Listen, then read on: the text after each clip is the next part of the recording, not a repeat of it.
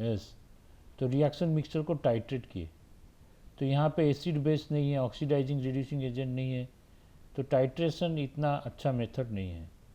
Okay, तो इसको हम लोग क्या कर सकते हैं, तो ग्लूकोज फ्रुक्टोज सुक्रोज को हम लोग एक नया मेथड से हम इसका रेट कांस्टेंट कैलकुलेट कर सकते हैं। वो नया मेथड है ऑप्टिकल रोटेशन। ऑप्टिकल रोटेशन, तो ये ऑप्टिकल रोटेशन क्या मेथड है, इसमें कोई गैस नहीं है, सब तो एक्वस सॉल्यूशन का अंदर है। तो ऑप्टिकल रोटेशन करके हम इसका मेजरमेंट, रेट कांस्टेंट मेजरमेंट कर सकते हैं। तो ये एक नया मेथड से हम इसका रेट कांस्टेंट डिटरमाइन करेंगे। तो ऑप्टिकल रोटेशन क्या है वो पहले समझ लो, मैं ब्रीफली इसके बारे में बता दूंगा, क्योंकि ऑप्टिकल रोटेशन तुम्हारा ये फेज 3 में ही ऑप्टिकल आइसोमर में आएगा। ऑप्टिकल आइसोमरिज्म में ऑप्टिकल रोटेशन आएगा, वो डिटेल्स पढ़ोगे वहाँ पे, अभी खाली इसका एप्लीकेशन थोड़ा बहुत है। तो ऑप्टिकल रोटेशन मतलब एक ऑर्डिनरी लाइट है, ठीक है। ऑर्डिनरी लाइट जो है उसको हम लोग कहीं से भी कोई भी डायरेक्शन से देख सकते हैं। तो light, ordinary light vibrate in all possible direction, तो इसको हम लोग ऐसे लिख रहे हैं, ऑर्डिनरी लाइट, ठीक है। तो सपोज घर में तुम्हारा एलईडी बल्ब जला हुआ है, तो लेफ्ट कॉर्नर में जो रहेगा वो बल्ब का लाइट देख सकता है, राइट कॉर्नर में वो देख सकता है, सेंट्रल में जो रहेगा वो देख सकता है। तो उस रूम का अंदर जो भी रहेगा वो लाइट को देख सकता है, मतलब ordinary light vibrate in all possible directions, ठीक है। अगर ऑर्डिनरी लाइट को हम निकल प्रिज्म के द्वारा पास करेंगे, ठीक है, prism made up of calcium carbonate crystal, निकल प्रिज्म, निकल प्रिज्म मतलब prism made up of calcium carbonate crystal के द्वारा पास कराओगे, तो ये क्या हो जाएगा, ऑर्डिनरी लाइट, दो प्रिज्म रख दिए हम, इधर एक रख दिए, इधर एक रख दिए, इसके थ्रू पास करने से ऑर्डिनरी लाइट क्या हो जाएगा, एक प्लेन में आ जाएगा। ये जो ऑर्डिनरी लाइट एक ही प्लेन में वाइब्रेट करेगा, इसको बोलते हैं plane polarised light, plane polarised light, ठीक है। तो प्लेन पोलराइज्ड लाइट को पीपीएल बोलते हैं, प्लेन पोलराइज्ड लाइट, ठीक है। तो ये पीपीएल कैसे दिखने में कैसे रहेगा, सपोज ऑर्डिनरी लाइट फोकस करोगे, तो ऑर्डिनरी लाइट क्या होगा, 3 डायमेंशनल स्पेस में ट्रैवल करेगा, ऐसे करके 3D स्पेस में ट्रैवल करेगा, ठीक है। ये जो ट्रैवल करेगा, मान लो एक रेक्टेंगुलर पोर्शन से ऑर्डिनरी लाइट आ रहा है, तो कोई टर्च से या कोई लाइट का सोर्स से यहाँ पे आ रहा है, वो रेक्टेंगुलर शेप है, तो वो लाइट ऐसे ही जाएगा, वो सब डायरेक्शन में जाएगा, सब लोग देख सकते हैं। लेकिन पीपीएल जो है वो क्या करेगा, एक ही प्लेन में ही जाएगा, तो ये जो जाएगा एक ही प्लेन में जाएगा। अगर हम इसको ऑर्डिनरी लाइट को स्क्रीन में रखते हैं, यहाँ पे एक स्क्रीन रख दी है ऑर्डिनरी लाइट के सामने, तो स्क्रीन में रखने से ये जो शेप का होगा स्क्रीन में उसी शेप का आ जाएगा, क्योंकि ये 3 डायमेंशनल स्पेस में वाइब्रेट कर रहा है, इसको कोई भी देख सकता है। लेकिन पीपीएल को अगर स्क्रीन में रखोगे तो स्क्रीन में कैसे दिखेगा, वो एक लाइन ही दिखेगा, क्योंकि ये एक प्लेन में जा रहा, एक प्लेन का परपेंडिकुलर प्लेन में अगर स्क्रीन रख रहे हैं तो हमारा एक लाइन दिखाई देगा, एक लाइन, यहाँ पे एक लाइन दिखाई देगा। तो ये पीपीएल है, ये ऑर्डिनरी लाइट है। समझ में आया कि नहीं? Ordinary light vibrates in one plane, that is plane polarized light, but PPL vibrates in one plane, ordinary light vibrates in all possible planes, wherever it is there, it will be vibrating in all possible plane. You can see from any direction, but PPL you can see only in one plane. Now clear है PPL? अब जो PPL है, PPL को अगर compound के through पास करोगे तो हमारा 3 पॉसिबल ऑब्जर्वेशन होगा. क्या ऑब्जर्वेशन होगा? If you pass PPL through a compound kept in a transparent bottle, then you will get 3 possible observation. Okay, you can get only 3 possible observation. Number 1 observation, the plane polarized light will not change. यहाँ पे जो line आया वो line ऐसे ही रहेगा, ऐसे ही रहेगा. will not change its direction, nothing will happen, no change in direction. Or it may be possible that the plane polarized light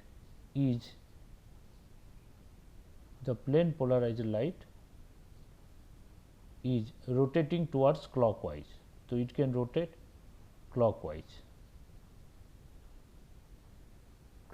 rotation, or the plane polarized light can rotate in the anti-clockwise direction. ठीक है, ये clockwise direction में rotate करेगा या anti clockwise direction में rotate करेगा. ठीक है, तो ऑर्डिनरी लाइट, हाँ, ऑर्डिनरी लाइट अगर कंपाउंड के थ्रू पास करेगा तो nothing will happen, no rotation, और इट मे रोटेट क्लॉकवाइज और it may rotate anti clockwise. So 3 possible observations are there, either this or this or this. Out of this any one will occur, not all. So if compound cannot rotate the PPL, plane polarized light, to either clockwise or anti-clockwise, then we say the compound is optically inactive. ठीक है.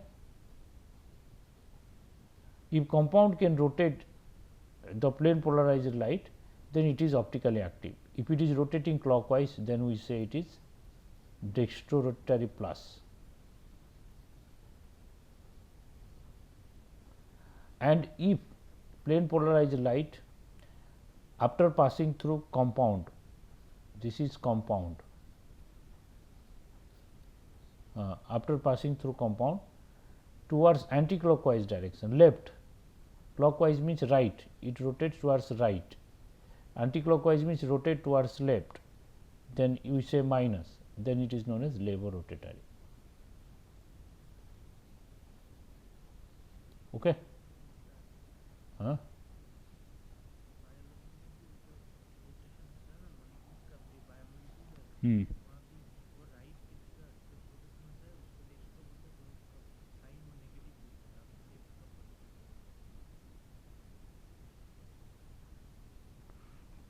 ऐसा है क्या?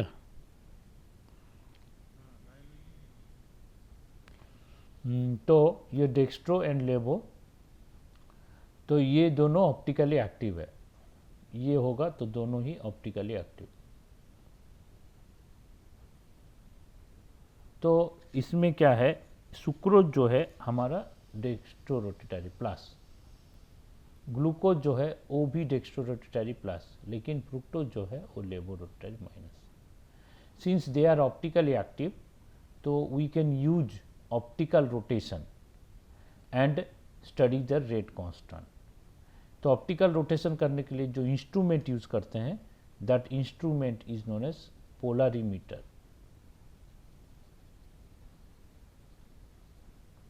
Instrument used is known as polarimeter. Details optical isomer में पढ़ोगे, अभी मैं उसका एप्लीकेशन बता रहा हूँ. पोलरीमीटर जैसे टेलीस्कोप होगा, ऐसे सिलिंड्रिक का लॉन्ग ट्यूब होगा जिसका अंदर कंपाउंड रख सकते हैं और जिसका अंदर प्लेन पोलराइज्ड लाइट होगा, और उसका एंगल ऑफ रोटेशन वहाँ से हम फोकस एडजस्ट करके एंगल ऑफ रोटेशन को हम लोग देख सकते हैं पोलरीमीटर. क्लियर है?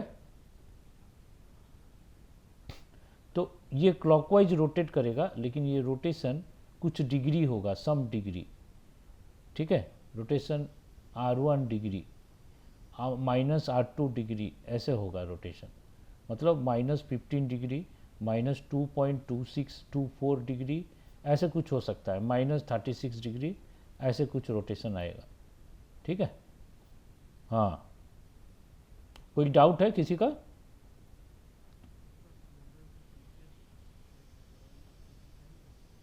प्रीवियस यहीं से स्टार्ट किया ना मैंने। हाँ, प्रीवियस कुछ करा है क्या? नहीं नहीं नहीं, प्रीवियस कुछ नहीं करा है, यहीं से ही स्टार्ट किया। हाँ,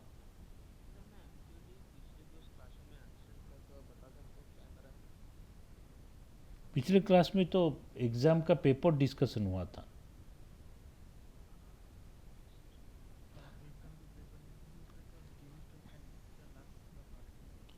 हाँ, केमिकल काइनेटिक्स का थोड़ा सा बताए थे। मैं क्या करूँगा ना, आज पूरा अपडेटेड नोट्स भेज दूँगा। तुम क्या करो, और नोट्स पढ़ लो, और उसमें से अगर कोई डाउट होगा तो पूछ लो। ठीक है, तो अब हम देखते हैं कि इस रिएक्शन का रेट कांस्टेंट ऑप्टिकल रोटेशन से कैसे कैलकुलेट कर सकते हैं। C12H22O11, ये हम लोग ले लिए सुक्रोज, ये हम लोग सुक्रोज ले लिए। तो सुक्रोज को हम हाइड्रोलिसिस कर लिए, वाटर दे दिए, और इसका कैटालिस्ट जो देना है दे दिए, तो हमारा ग्लूकोज और फ्रुक्टोज मिलेगा। ग्लूकोज फ्रुक्टोज दोनों का फॉर्मूला सेम है, लेकिन स्ट्रक्चर डिफरेंट है, और दोनों में फ्रुक्टोज माइनस है, लेबोरेटरी ग्लूकोज प्लस है, सुक्रोज भी प्लस है। ठीक है, सपोज इनिशियली स्टार्टिंग में इसका जो ऑप्टिकल रोटेशन था वो बाद में लेंगे, इसका मोल ले लेते हैं। मोल था A, इसका मोल था 0, इसका मोल था 0। सपोज इसमें से कुछ रिएक्ट किया, से X रिएक्ट किया, तो इसमें से X आया, इसमें आया X, इसमें भी आया X। तो एट टाइम 0 ये था, इनिशियली टाइम 0 में ये था। टाइम t में कितना था? टाइम t में कितना रहेगा? ये a माइनस एक्स रहेगा, और ये कितना आएगा? x आएगा। ये कितना आएगा? x आएगा। ठीक है, सपोज हम लोग ले रहे हैं टाइम इन्फिनिटी, मतलब after very long time, after very long time, तो ये क्या हो जाएगा? 0 हो जाएगा, रिएक्शन कंप्लीट हो जाएगा। एज्यूम करते हैं कि after very long time reaction is complete, तो reaction complete means this will be 0। How it is 0? x becomes a, तो if x is a, this is a, this is a। Clear है? ये सब given है question में। और क्या क्या गिवन है? और गिवन है suppose R0, RT and R infinity are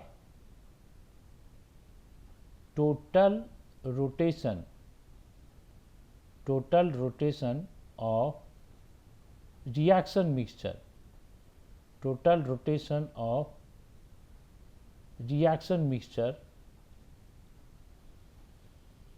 total rotation of reaction mixture at time 0, t and infinity respectively.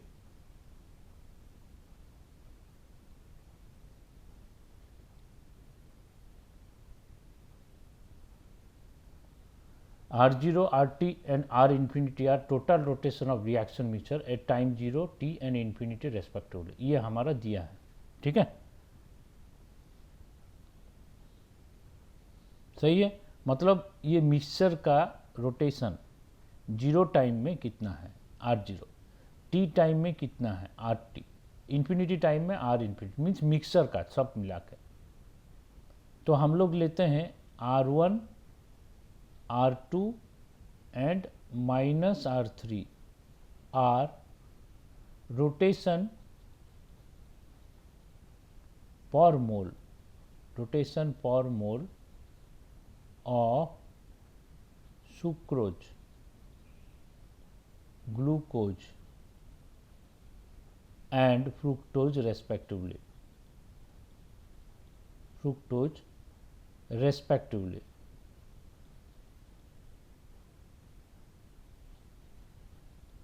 Okay, clear है?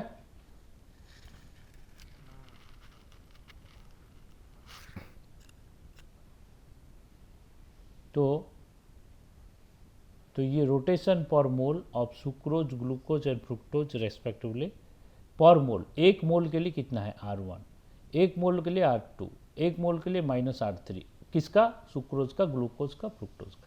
सुक्रोज का एक मोल के लिए R1, ग्लूकोज का एक मोल के लिए R2, फ्रुक्टोज का एक मोल के लिए -R3। माइनस क्यों लिए? क्योंकि ये लेवो रोटेटरी, ये नेगेटिव हो जाता है, ये दोनों पॉजिटिव हो जाता है। पर मोल, एक मोल के लिए। ठीक है, क्लियर है?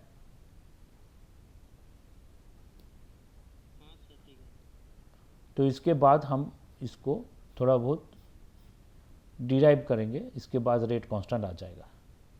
तो हमारा R0 क्या होगा? R0 होगा, एक मोल के लिए रोटेशन R1 है, सुक्रोज का एक मोल के लिए R1 है, ए मोल के लिए कितना होगा? ए R1 होगा कि नहीं? बोलो।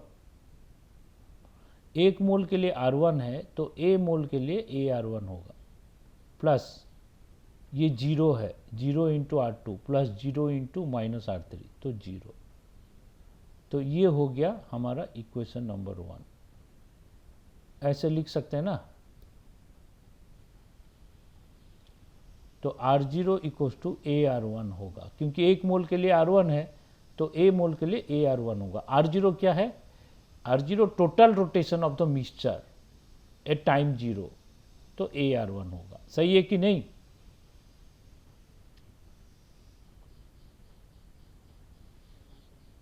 हाँ बोलो,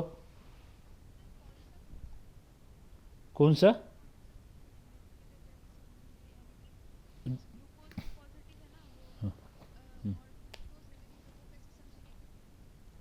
वो एक्सपेरिमेंटल है, एक्सपेरिमेंट करने से नेगेटिव आएगा। ठीक है, और वो क्वेश्चन में मेंशन कर देगा, वो तो एक्सपेरिमेंटल वैल्यू है ना, एक्सपेरिमेंटल वैल्यू क्वेश्चन में मेंशन कर देता है, वो याद रखना नहीं है। अब फिर भी हम लोग, हाँ हाँ हाँ, वो सब दे देगा। तो बहुत सारा कंपाउंड है कि कौन डेक्स्ट्रो कौन लेबो, हम लोग याद क्यों रखेंगे? ये तो साइंटिस्ट का काम है, हम लोग तो स्टूडेंट हैं, हमें न्यूमेरिकल मिलेगा तो सॉल्व करेंगे। हम लोग थोड़ी रिसर्च से नया इन्वेंशन करना चाहते हैं, हमें थोड़ी कोविड का वैक्सीन निकालना है। हाँ, अगर वैक्सीन आ गया तो हम लोग एक वैक्सीन ले लेंगे, बस। ये कि नहीं, ये हमारा काम है। हाँ तो हम लोग को याद नहीं रखना है, ठीक है? क्वेश्चन में दिया रहेगा। तो आर इन्फिनिटी जो है, आर इन्फिनिटी क्या क्या होगा? माने इन्फिनिटी टाइम में टोटल रोटेशन, ये तो 0 हो गया। तो ये एक मोल के लिए R2 है, एक मोल के लिए ये R2 है, ए मोल के लिए कितना होगा? ए R2 होगा, ठीक है?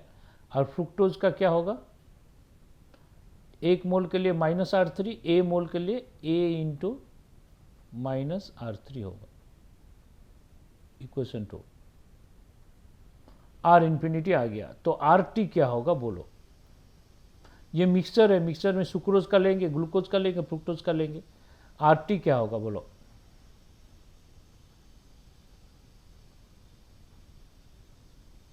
RT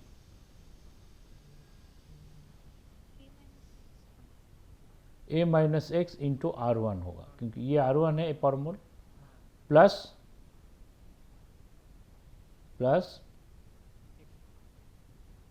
एक्स इंटू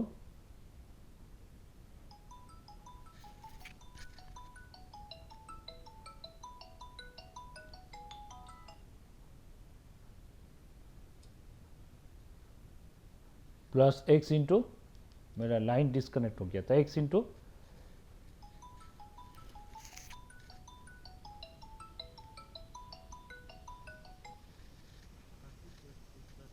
हाँ x into R2 plus x into minus R3, ये होगा equation number 3। Is it clear?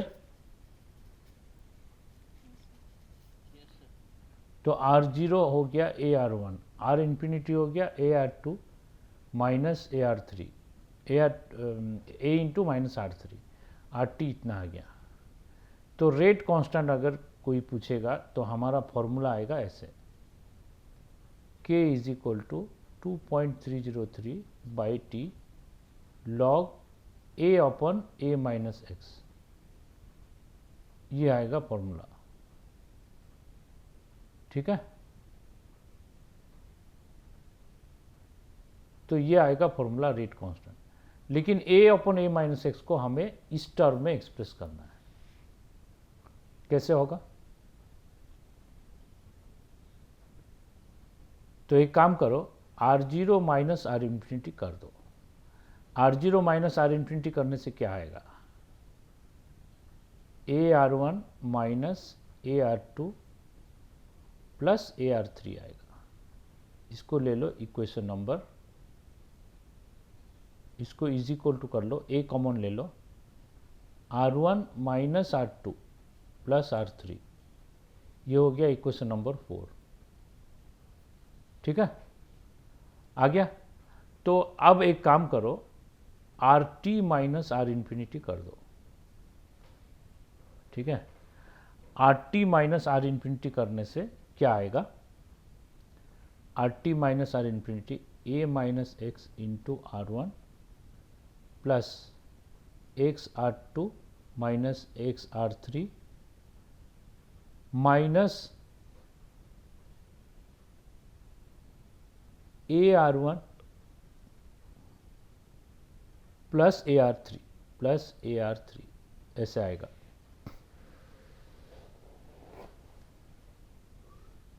R2 ना, AR2, R इंफिनिट ना, AR2 रहेगा। हाँ R2। ठीक है, तो इसको फिर सॉल्व करोगे तो A minus x into R1 है, प्लस x कॉमन ले लो, R2 माइनस R3 होगा। तो यहाँ पे माइनस A कॉमन ले लो, तो ये भी R2 माइनस R3 आएगा। तो फिर क्या करो, A minus x into R1 plus R2 minus R3 दोनों में कॉमन ले लो, R2 माइनस R3 कॉमन लेने से x माइनस A आएगा। तो x माइनस A आ रहा है। तो एक काम करो, इसमें मैं यहाँ पे लिखता हूँ, यहाँ पे a माइनस एक्स दोनों में कॉमन ले लो, दोनों में a माइनस एक्स, ये minus a minus x common ले लो। a माइनस एक्स लेने से यहाँ आएगा R1, यहाँ पे a माइनस एक्स लोगे तो ये माइनस हो जाएगा, तो minus R2 minus minus plus हो जाएगा R3, ये होगा इक्वेशन नंबर 5। सही है ना? समझ में आया कि नहीं? बोलो। तुम लोग अलजेब्रा बहुत करते हो, मैथ में स्ट्रांग हो ना। लास्ट में a माइनस एक्स कॉमन ले लिए, अगर a माइनस एक्स कॉमन, हाँ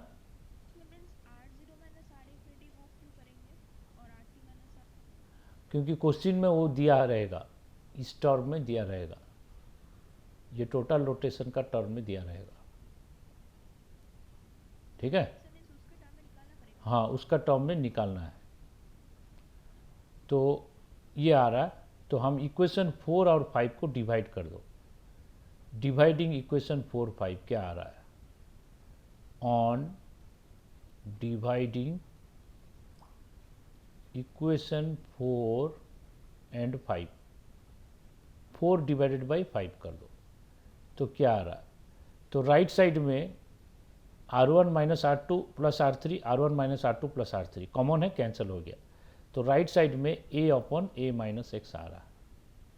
लेफ्ट साइड में क्या आ रहा है? R0 minus R infinity divided by r t minus r infinity. आ गया ना? तो इसका value a by a minus x में पुट कर दो, तो रेट कांस्टेंट क्या आएगा? 2.303 by t log r zero minus r infinity divided by r t minus r infinity. तो ये समझ में आया? तो ये फॉर्मूला हमारा है। एक बार देख लो, मैं 1 मिनट में आ रहा हूं, एक बार इसको देख लो।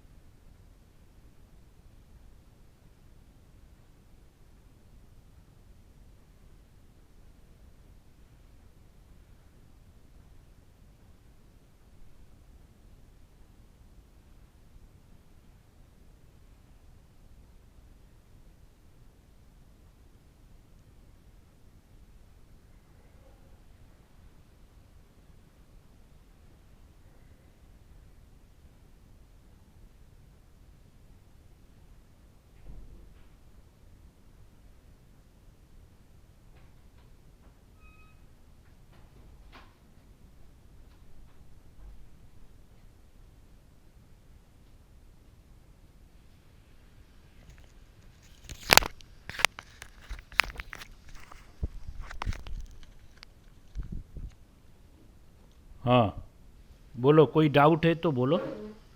किसका कुछ डाउट है?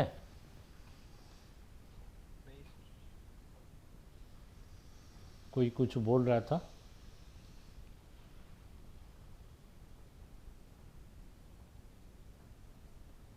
तो एग्जाम में R zero R T R infinity देगा, अब बोलेगा रेट कांस्टेंट बताओ। ये क्वेश्चन दे सकता है।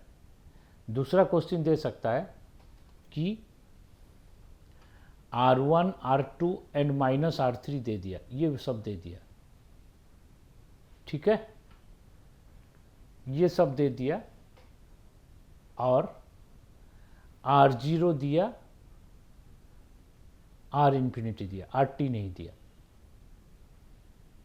तो हम लोग क्या करेंगे, R0 दिया है, R1 दिया है, तो AR1 इक्वल्स टू R0, तो A आ जाएगा। और मान लो RT दिया है, इन्फिनिटी नहीं दिया, RT दिया है, तो RT दिया है, A आ गया, R1 R2 R3 दिया है, तो इससे x आ जाएगा, A माइनस एक्स आ जाएगा। तो A माइनस एक्स आ गया, तो इस फॉर्मूला पुट करके भी हम लोग कर सकते हैं। तो एग्जाम में इधर ये वैल्यू देगा R1 R2 माइनस R3, और इसमें से R0 और RT देगा, या उससे A और A माइनस एक्स मिल जाएगा। तो A minus x rate constant,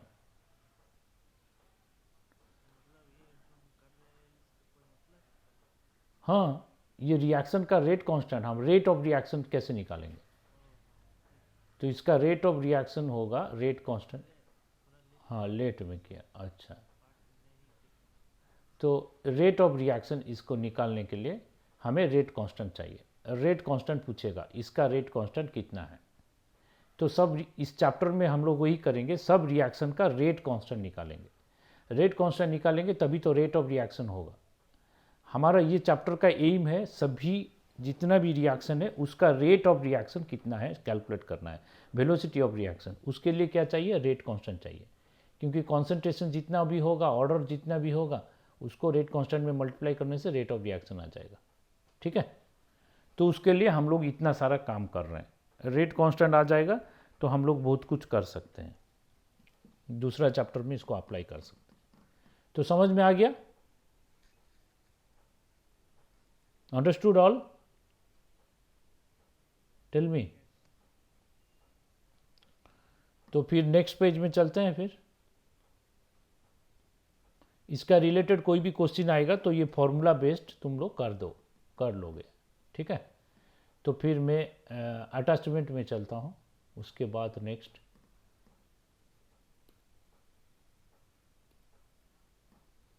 तो उसके बाद नेक्स्ट देखो, effect of temperature on reaction rate, ठीक है?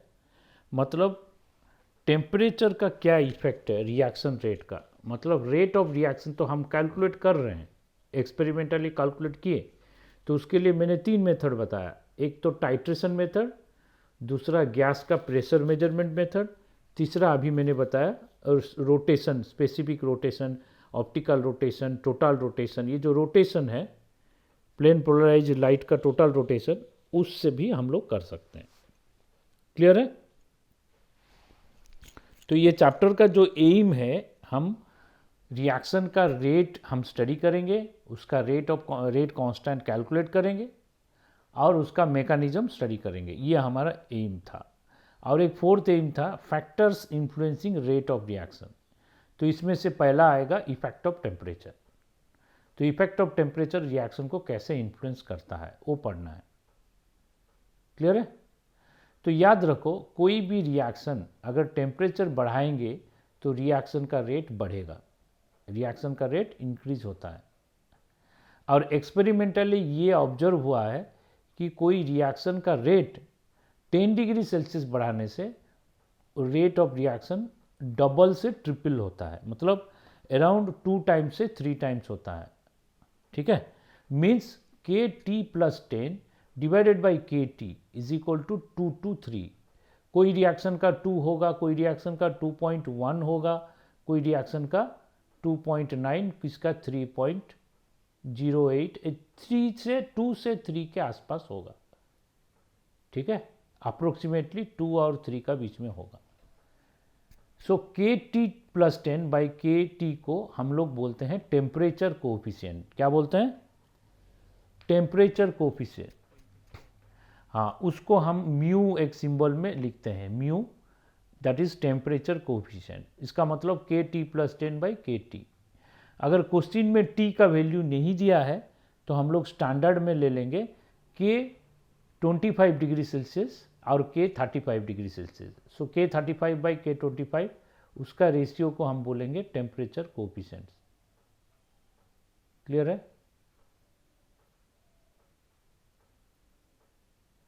तो रेट कांस्टेंट के 308 बाई के 298 इज इक्वल टू म्यू, ये हो गया टेम्परेचर कोएफिशिएंट, ठीक है? हाँ, ये उसका डेफिनेशन है। क्लियर है? तो इसमें से और एक चीज़ है, अगर हम के टी प्लस 10 करेंगे तो म्यू इंटू के टी आएगा। इसका मतलब K T plus 10 is equal to mu into K T. Clear है? तो ये एक फॉर्मूला हम यूज करते हैं, K T plus 10 equal to mu into K T. Mu का वैल्यू एग्जाम में दे देगा, ठीक है? तो रिएक्शन का टेम्परेचर कोफिशिएंट 2 टाइम्स 3 टाइम्स जो भी होगा, तो रेट ऑफ रिएक्शन क्या होगा, उसको अगर हम बढ़ाएंगे तो उसका टेम्परेचर कोफिशिएंट टाइम्स बढ़ेगा। 10 डिग्री बढ़ाएंगे तो टेम्परेचर कोफिशिएंट टाइम बढ़ेगा, ठीक है? तो उसके इस सिलसिले में एक क्वेश्चन में कराता हूँ, क्वेश्चन कराने से ही कॉन्सेप्ट क्लियर होगा। तो उसके लिए मैं एक क्वेश्चन लेता हूँ करने के लिए, ठीक है? तो फिर ब्लैक बोर्ड में चलता हूँ, तो एक क्वेश्चन देता हूँ। एक क्वेश्चन ये है कि question number 1, if temperature coefficient of A reaction दिया है, temperature coefficient of A reaction दिया है, कितना दिया है? Temperature coefficient of A reaction दिया है म्यू इज इक्वल टू 2 और rate constant eight 25 degree Celsius दिया है के। तो rate constant eight 65 degree Celsius कितना होगा?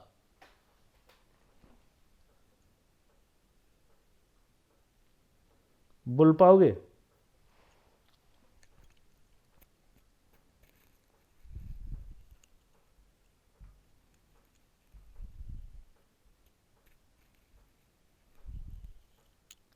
टेम्परेचर कोफिशिएंट एज्यूम करो, हर 10 डिग्री में 2 टाइम्स बढ़ रहा है, हर 10 डिग्री में 2 टाइम्स बढ़ रहा है, तो के 65 कितना हो?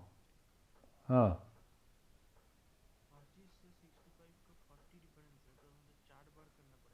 हाँ, तो क्या आंसर बताओ? नहीं, 2 to the power 4 होगा। तो पहले देखो हम लोग क्या करेंगे, के 25 में, हाँ, के 25 में के होगा, के 35 में क्या होगा, ये टेम्परेचर कोफिशिएंट कितना है? 2, 2 टाइम्स ऑफ के होगा, तो के 45 में कितना होगा, फिर 2 टाइम्स, 2 टाइम्स 2 टाइम्स ऑफ के 55 में इसको लिख दो 2 स्क्वायर के 55 डिग्री सेल्सियस में क्या होगा, 2 इंटू 2 स्क्वायर के मतलब 2 क्यू के 65 में क्या होगा, 2 इंटू 2 क्यू के मतलब 2 to the power 4 के। ठीक है, समझ में आया कि नहीं? बोलो। एक क्वेश्चन हम लोग बचपन में किए थे, 9th क्लास का क्वेश्चन, मैं 9th क्लास में किया था, तुम लोग शायद 6th या 7th में किए हो, मालूम नहीं है, तुम लोग तो और जल्दी पढ़ लेते हो ना, जनरेशन गैप।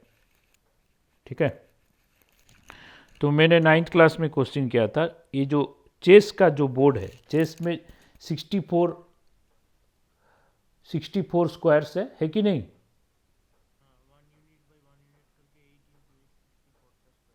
64 स्क्वायर है, तो तुमको बोला गया कि फर्स्ट स्क्वायर में तुम 2 ग्रेन ऑफ चावल दो। ठीक है, फर्स्ट स्क्वायर में 2 ग्रेन्स ऑफ यो चावल दो।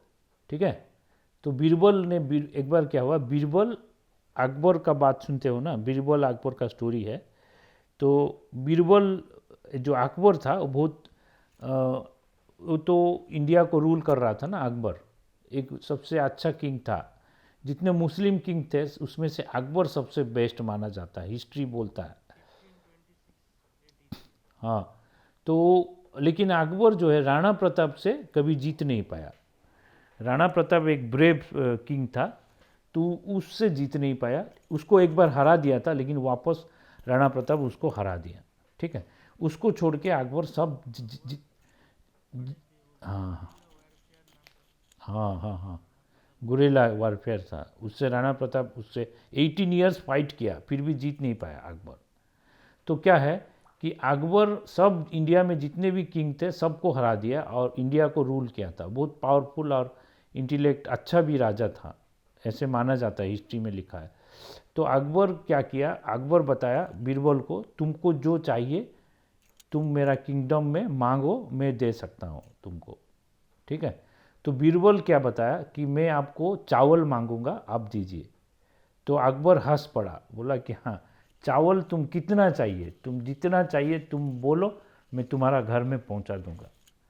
तो बीरबल बोला मेरे को उतना चावल चाहिए जो जो चेस का बोर्ड में, चेस जो है चेस का बोर्ड में वो चावल मैं जैसे बताऊंगा ऐसे ऐसे आप चावल दीजिए, उतना चावल मेरे को चाहिए। ठीक है, तो अकबर अकबर पूछा कि चेस में बोर्ड चावल हो तो एक बोरा भी नहीं होगा, ठीक है तुम जो बोलना है बोलो, हम दे देंगे।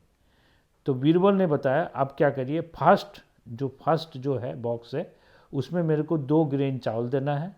ठीक है, उसका नेक्स्ट बॉक्स में जितना चावल देना है उसका 2 टाइम्स देना है। ऐसे करके जितना भी बॉक्स है उसमें से हर बॉक्स में, हर नेक्स्ट बॉक्स में इंटू 2 टाइम्स देना है। ठीक है, तो टोटल कितना चावल उसको मिलेगा?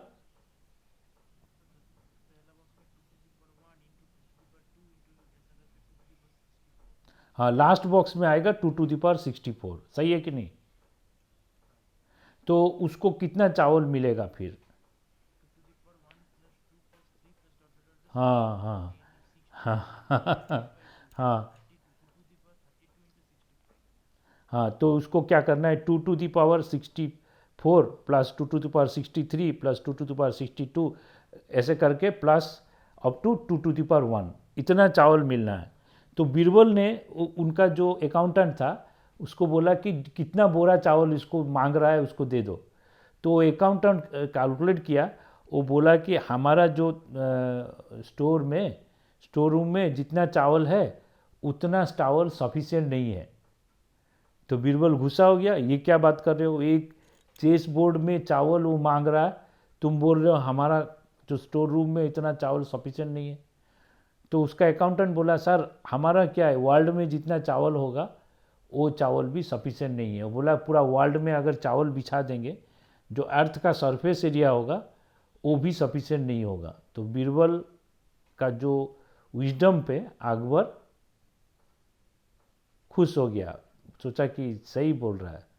तो बीरबल समझा कि उसका लिमिटेशंस क्या है। ठीक है, तो सॉरी अकबर अकबर तो अकबर बीरबल जो है, बीरबल को बहुत पसंद करता था क्योंकि बीरबल बहुत क्लेवर था। तो ये देखो, इसका मतलब हमें अगर टेम्परेचर कोफिशिएंट टाइम्स हम बढ़ाएंगे तो रेट ऑफ रिएक्शन ऐसे बढ़ता चलेगा। ठीक है, तो इसका और एक क्वेश्चन नंबर 2 में बता रहा हूँ। क्वेश्चन नंबर 2 क्या है, two reactions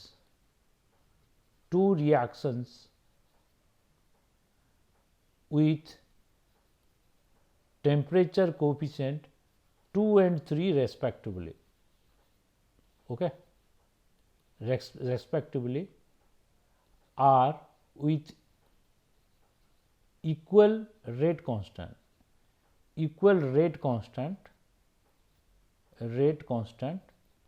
at 25 degree Celsius. 25 degree Celsius में दोनों का रेट कांस्टेंट सेम है। एक रिएक्शन का टेम्परेचर कोफिशिएंट है 2, दूसरा रिएक्शन का टेम्परेचर कोफिशिएंट है 3। तो करना क्या है, find the ratio between their rate constant at 75 degree Celsius.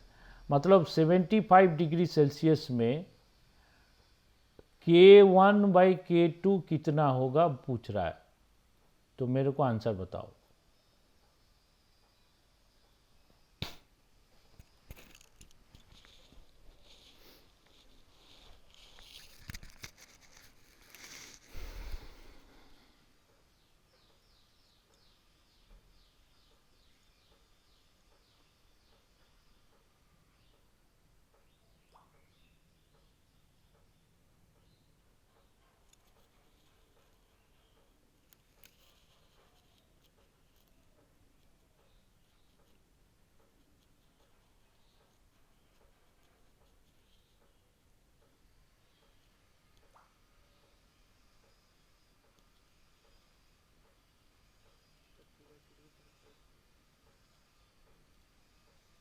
हाँ सही है। देखो 25 में इसका रेट कांस्टेंट K है, इसका भी K है 25 डिग्री सेल्सियस में। अब 35 डिग्री सेल्सियस में क्या होगा, 2K होगा, ये होगा 3K। अब 45 डिग्री सेल्सियस में होगा 2 स्क्वायर K 3 स्क्वायर K। अब 55 में क्या होगा, फिर बढ़ेगा 2 to the power 3K, ये 3 to the power 3K। अब 65 में क्या होगा, ये 2 to the power 4K, ये 3 to the power 4K।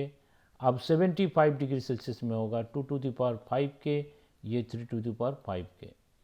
अब दोनों का रेशियो क्या होगा, K1/K2, 2 to the power 5K divided by 3 to the power 5K, K cancel, so 2/3 का टू दी होल पावर 5 आएगा। 2 to the power 5 कितना है, 32। 3 to the power 5 कितना है?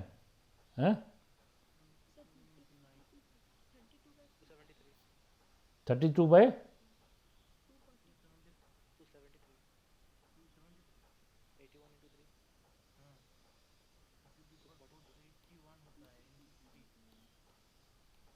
243 ना, 243 होगा आंसर। ठीक है, तो ये क्वेश्चन जेई एडवांस का मतलब पहले रुड़की जेई में आया था ये क्वेश्चन। हाँ,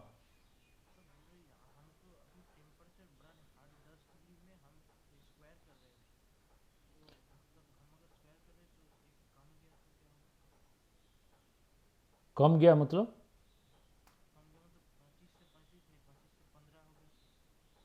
तो उसका और कम हो जाएगा, k/2 होगा।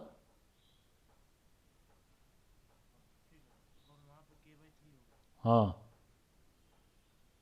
और कम करेंगे और कम होगा, ऐसे होता रहेगा।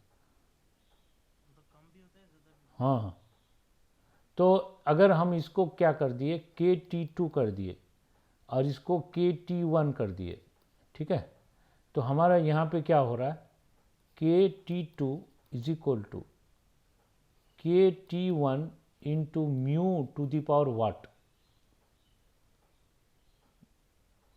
यहाँ पे देखो T1 में K था, T2 में 2 टू द पावर 4K आ गया, तो 2 क्या है, म्यू है, म्यू टू द पावर 4 आ रहा, तो 4 को क्या लिख सकते हैं, 65 माइनस 25, 4 क्या है 65 माइनस 25/10।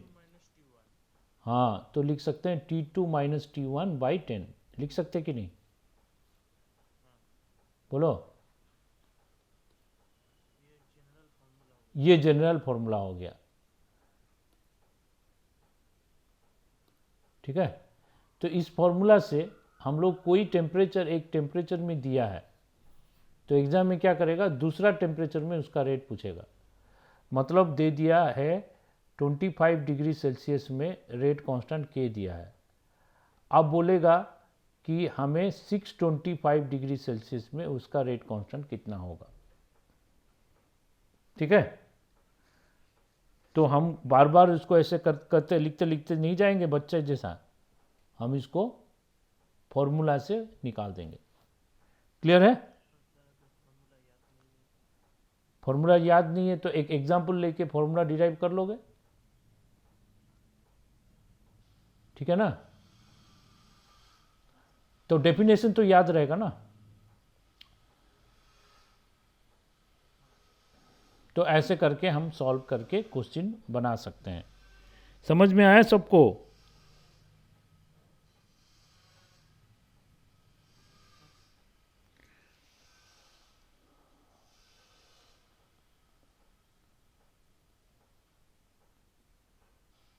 तो अभी हम क्या करते हैं, फिर हम अटैचमेंट में चलते हैं, ठीक है। तो जहाँ पे और कुछ थ्योरी है, थ्योरी पढ़ लेंगे। तो ये समझ में आ गया, अगर टेम्परेचर 25 से 65 जा रहा, टेम्परेचर कोफिशिएंट 3 है, तो 3 टू द पावर 4 81 टाइम्स हो जाएगा, वो हम लोग कर लिए। तो इसके बाद नेक्स्ट क्या बोल रहा है, effect of increase in temperature on the number of effective collision. ठीक है, तो देखो गैसेस स्टेट में हम पढ़े थे कि T1 टेम्परेचर में सपोज हमारा ब्लू कलर का ग्राफ था, T2 टेम्परेचर में हमारा रेड कलर का ग्राफ हो गया कि नहीं, हो गया। तो क्वेश्चन ये टेम्परेचर बढ़ाने से रेट ऑफ रिएक्शन क्यों बढ़ता है, उसको इस ग्राफ से एक्सप्लेन किया है। क्या बोला है कि अगर टेम्परेचर बढ़ाएंगे जो curve shift towards right, when curve shift towards right, तो इसमें एक टेम्परेचर एक थ्रेशोल्ड एनर्जी लिया है, ओके। यहाँ पे एक थ्रेशोल्ड एनर्जी रखा है ETH, इसको बोलते हैं ETH, threshold energy. Threshold energy क्या है, जैसे थ्रेशोल्ड फ्रीक्वेंसी था, ऐसे ही कोई रिएक्शन का एक मिनिमम एनर्जी चाहिए जिसमें रिएक्शन होता है। A minimum amount of energy required for reactant molecule to collide simultaneously to bring about product is known as threshold energy. ये नोट्स में डेफिनेशन है, मिल जाएगा, खाली तुम लोगों को समझना है, ठीक है। तो a minimum amount of energy required for the reactant molecule to collide simultaneously to give product is known as threshold energy, okay.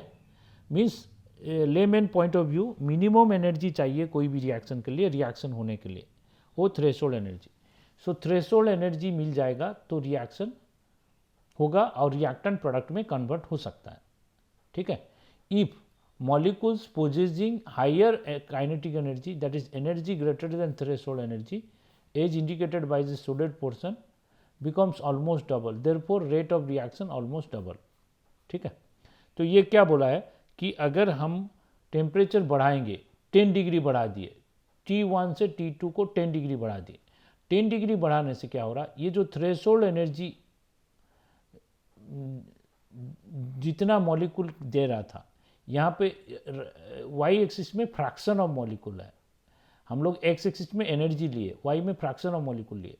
तो अगर हम टेम्परेचर 10 डिग्री बढ़ा रहे हैं, ग्राफ शिफ्ट हो रहा है राइट, तो उसमें हम कैलकुलेट करके देख रहे हैं कि 10 डिग्री बढ़ाने से जो fraction of molecule around double बढ़ रहा है। यहाँ पे फ्रैक्शन ऑफ मॉलिक्यूल क्या रहा है, यहाँ पे जितना था यहाँ पे डबल हो गया उसका। तो यहाँ से यहाँ जितना x था तो टेम्परेचर बढ़ाने से 2x हो गया, मतलब fraction of molecule whose energy is greater than और थ्रेशोल्ड एनर्जी बिकम्स डबल। तो क्वेश्चन ये है कि टेम्परेचर 10 डिग्री बढ़ाने से rate of reaction 10 degree double क्यों बढ़ता है, क्योंकि fraction of molecule whose energy is greater than threshold energy is becoming double, so rate of reaction increase by double. समझ में आया कि नहीं? तो मतलब कोई रिएक्शन के लिए energy of reactant must be greater than और equal to threshold energy. Is it clear? तो एनर्जी ऑफ रिएक्टेंट अगर थ्रेशोल्ड एनर्जी से ज़्यादा होगा तो रिएक्शन होगा। तो ये है fraction of molecule. Fraction of molecules को 100 में मल्टीप्लाई करेंगे तो क्या आएगा?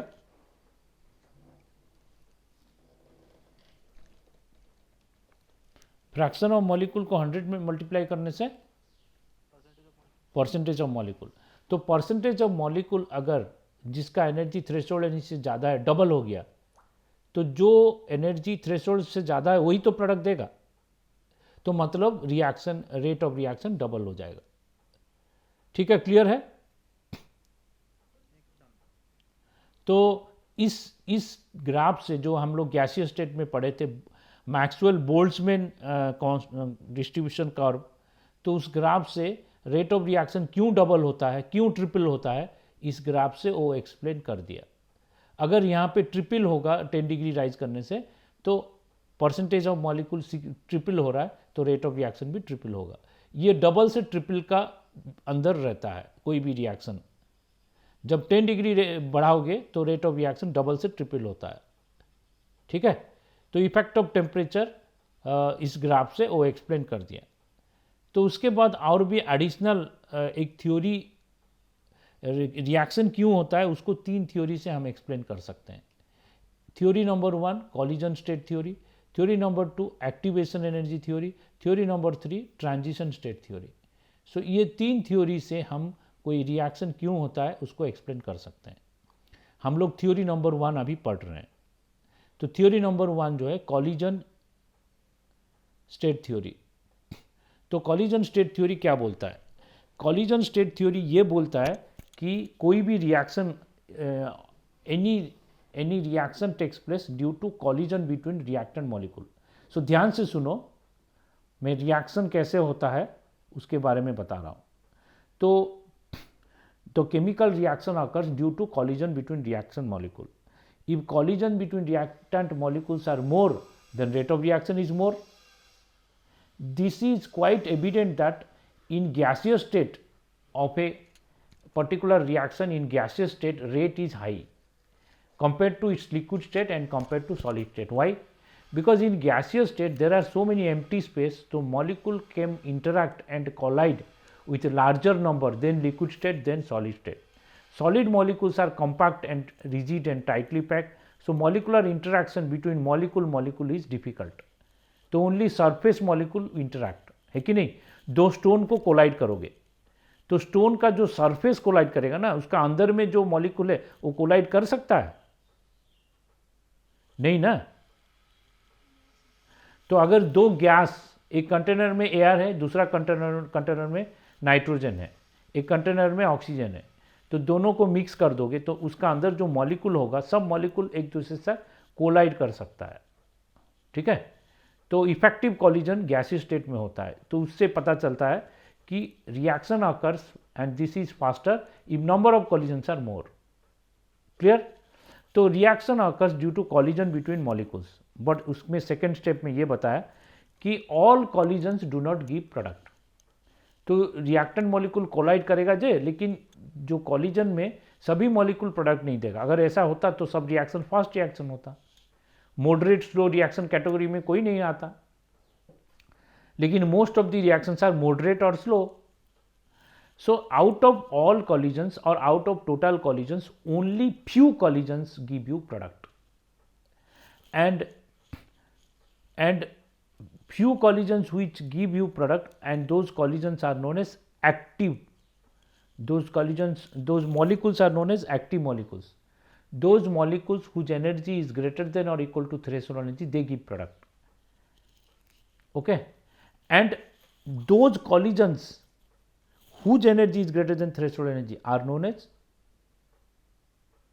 effective collisions, and those molecules are known as active molecules. So यहाँ पे देखो लिखा है, a chemical reaction takes place by collision between reactant molecules, and collision to be effective the colliding molecules must possess some minimum energy called threshold energy, and these collisions are known as fruitful collisions or effective collisions. Okay, and these collisions are fruitful collisions, effective collisions, and reactant molecules having energy equal to or greater than threshold energy are called active molecules. वो जो molecule जिसका energy ज़्यादा है threshold energy से, उसको बोलेंगे active molecule, and those having energy less than threshold energy called passive molecule. वो molecule को active molecule बोलेंगे और collision को fruitful collision, effective collision बोलेंगे, ठीक है।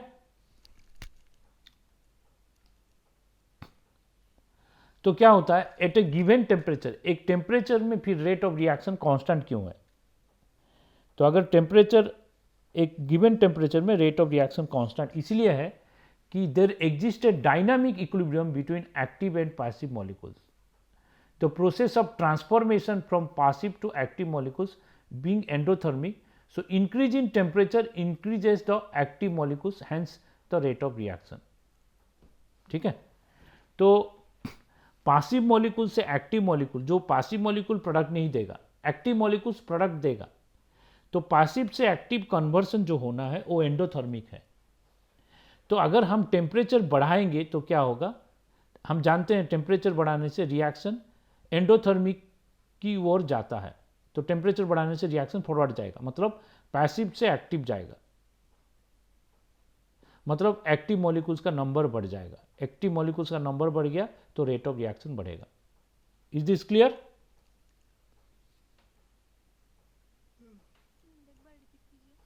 हाँ, इसमें बोल रहा है कि एक गिवन टेम्परेचर में दोनों के बीच में डायनामिक इक्विलिब्रियम होता है, मतलब एक्टिव मॉलिक्यूल और पैसिव मॉलिक्यूल का नंबर फिक्स हो जाता है, दोनों के बीच में डायनामिक इक्विलिब्रियम आ जाता है।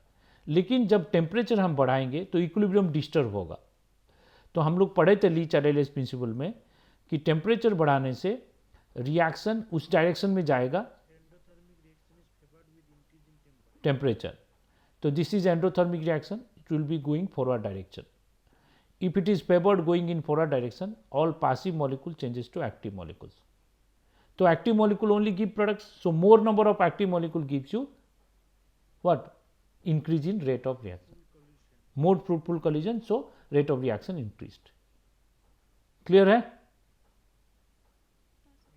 तो ये फास्ट थ्योरी से कैसे रिएक्शन का रेट बढ़ता है, कॉलिजन स्टेट थ्योरी से बताया।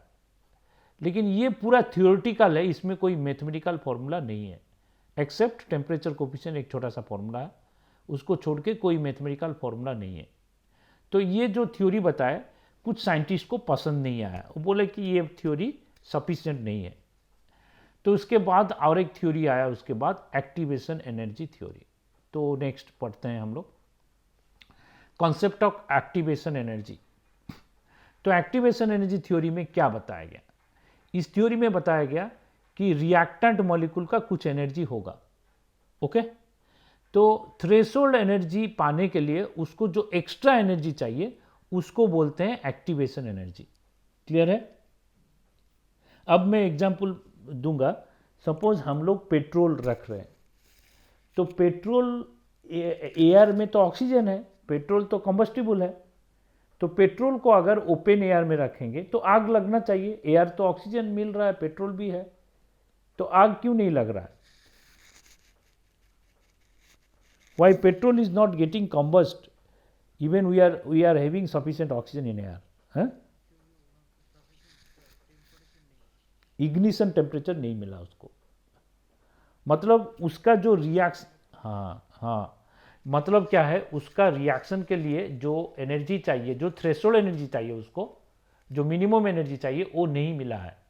अगर मिनिमम एनर्जी मिलेगा तो कंबस्ट करना शुरू हो जाएगा। ठीक है? एक बार क्या हुआ, व्हाट्सएप में एक सरदार जी, मैक्सिमम जोक सरदार जी पे बनता है क्योंकि वो लोग ऑनेस्ट होते हैं और वो लोग स्ट्रेट फॉरवर्ड होते हैं, फ्रैंक होते हैं। ठीक है? जो वो लोग झूठ नहीं बोलते हैं, माने कम बोलते हैं। हम लोग ज़्यादा झूठ बोलते हैं, सरदार लोग कम झूठ बोलते हैं या नहीं बोलते हैं, तो उन पे ज़्यादा जोक्स बनता है। तो जोक्स तो एक ये रियल भी है। एक वीडियो आया था व्हाट्सएप में कि समर सीजन में एक सरदार जी गए पेट्रोल टैंक से पेट्रोल भरने के लिए अपना स्कूटर लेके। तो स्कूटर क्या किए, ओपन किए, अपना चाबी से स्कूटर का जो पेट्रोल टैंक है ओपन किए, उसमें पेट्रोल डाल दिया। जो पेट्रोल टैंक का पर्सन जो है पेट्रोल वहाँ पे, लेकिन पेट्रोल डालते ही क्या हो गया, आग लग गया। ठीक है? तो क्यों आग लग गया, क्या रीज़न है?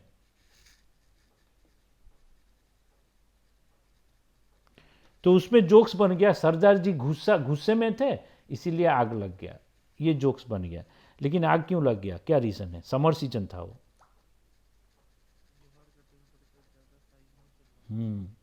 तो सरदार जी क्या किए थे, बहुत जगह से घूम फिर के आए, तो उनका पेट्रोल सनलाइट में गर्म हो गया था।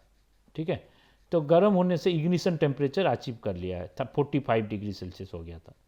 तो उसमें पेट्रोल जब डाल दिए तो उसको इग्निशन टेम्परेचर मिल गया, मतलब उसको एक्टिवेशन एनर्जी मिल गया। नहीं नहीं, सरदार जी फिर जंप करके, पानी साइड में पानी था, पानी अपना बॉडी में फेंक दिए और पेट्रोल बच गए। सरदार जी नहीं मरता है। हाँ ये सच है, एक वीडियो दिखाया था, कोई भेजा था, तो उसमें लिखा था, नीचे लिखा था सरदार जी गुस्से में थे इसीलिए आग लग गया। माने सरदार जी का इतना पावर है कि उनका आग किसी में भी लगा सकते हैं, ऐसे जोक्स में कोई लिखा था उसमें। ठीक है?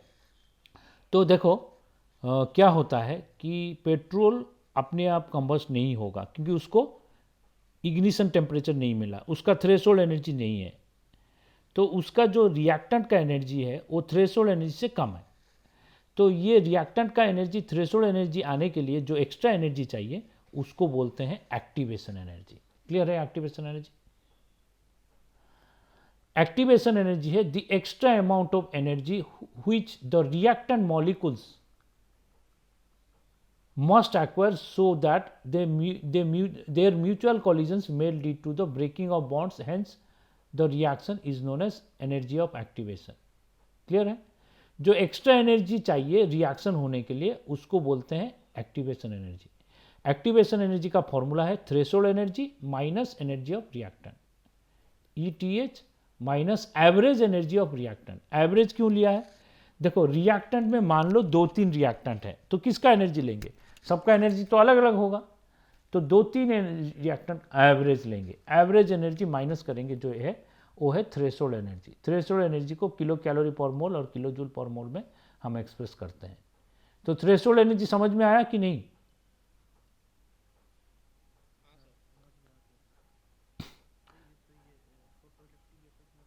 हाँ बस। तो अभी नेक्स्ट देखते हैं हम थ्रेशोल्ड एनर्जी जो है उसका कुछ डायग्रामेटिकल एक्सप्रेशन देखते हैं। ठीक है? थ्रेशोल्ड एनर्जी का डायग्रामेटिकल एक्सप्रेशन में ये बुक्स में है, स्टडी पैकेज में भी है। अगर हम लोग यहाँ पे पोटेंशियल एनर्जी ले लेते हैं, मैं एनर्जी लिखता हूँ उसको, पोटेंशियल एनर्जी, एनर्जी को वाई एक्सिस में लेते हैं, यहाँ पे रिएक्शन रिएक्शन कोऑर्डिनेट लेते हैं और progress of the reaction, progress of the reaction, time to time progress जैसे हो रहा है, प्रोग्रेस ऑफ द रिएक्शन। तो ये ग्राफ ऐसे आएगा, ऐसे आएगा।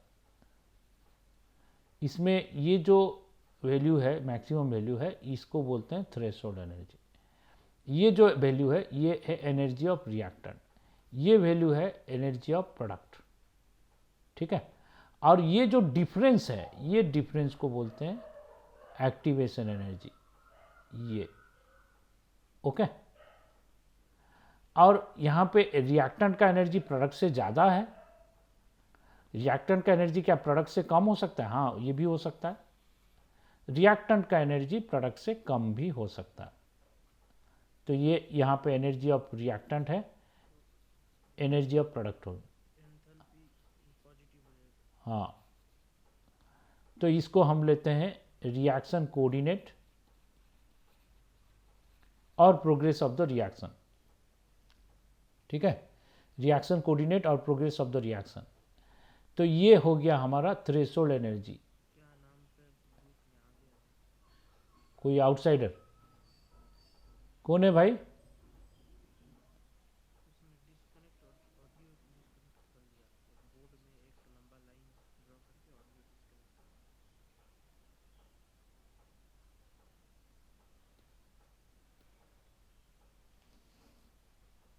क्या नाम है उसका?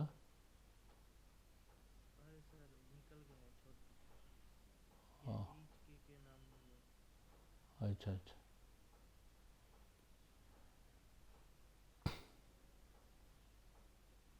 अरे अरे ये तो गया, एक मिनट।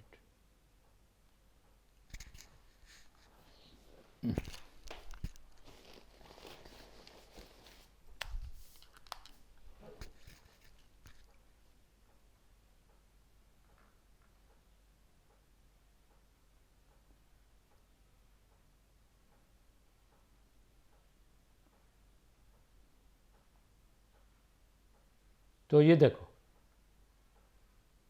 थोड़ा इस तरफ हो गया, राइट। ये देखो, अभी हम लोग ले लिए ये threshold energy, energy reactant, energy of product, और ये जो हम लोग ले सकते हैं ई आर का, इसका सब लिख देते हैं। E R is equal to energy of reactant, energy of reactant. E P is equal to energy of product, energy of product. तो ई टी एच जो है threshold energy, threshold energy.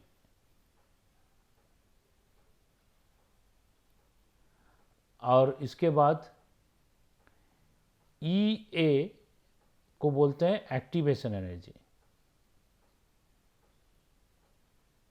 Activation energy दोनों के लिए है।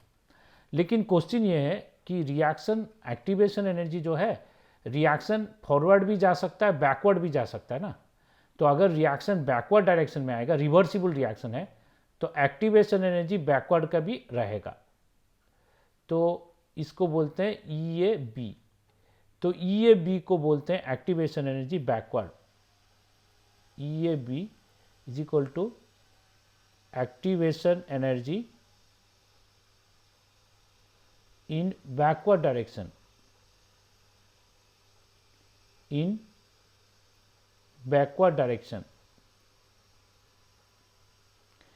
EAF is activation energy in forward direction, in forward direction. EAF is activation energy in forward direction, EAB is activation energy in backward direction.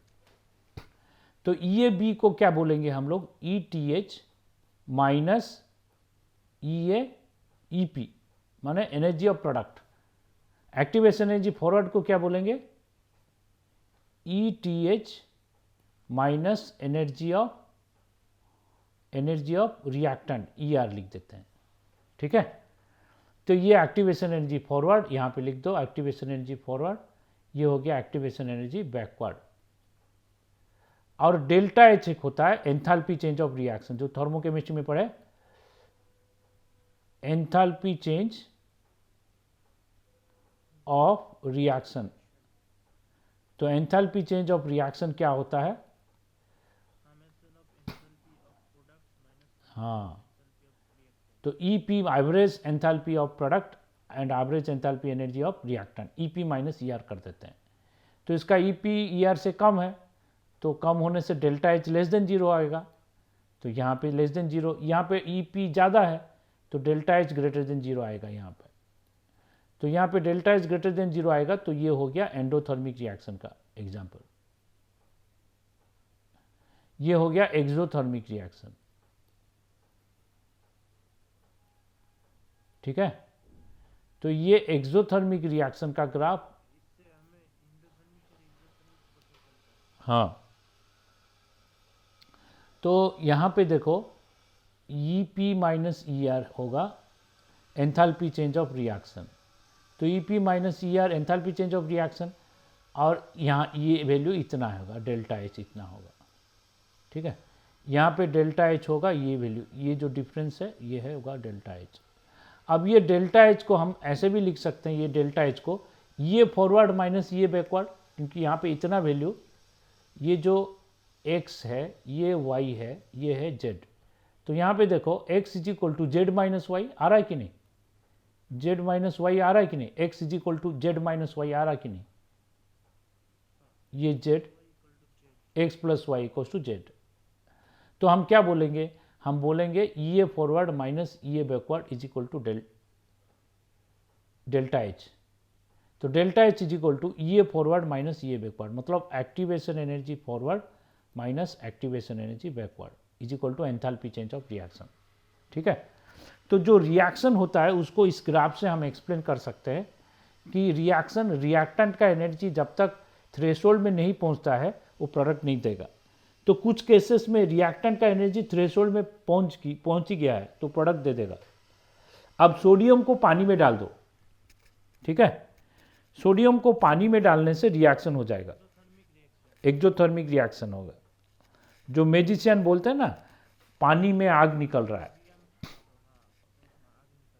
पानी में आग निकलता है, तो वो लोग क्या करते हैं, सोडियम को पानी में फेंक देते हैं। अब बोल रहे हैं देखो पानी से आग निकाल रहा हूं मैं, मैजिक कर रहा हूं। जो केमिस्ट्री नहीं पढ़ा होगा उसके लिए मैजिक होगा। ठीक है,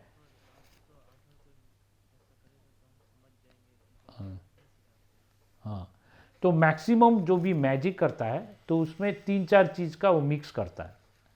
हिप्नोटाइज करता है, नहीं तो केमिस्ट्री का एप्लीकेशन करता है, ठीक है, नहीं तो वो ऐसे करता है, इतना फास्ट करता है कि हमें लगता है कि कुछ मैजिक हो रहा है।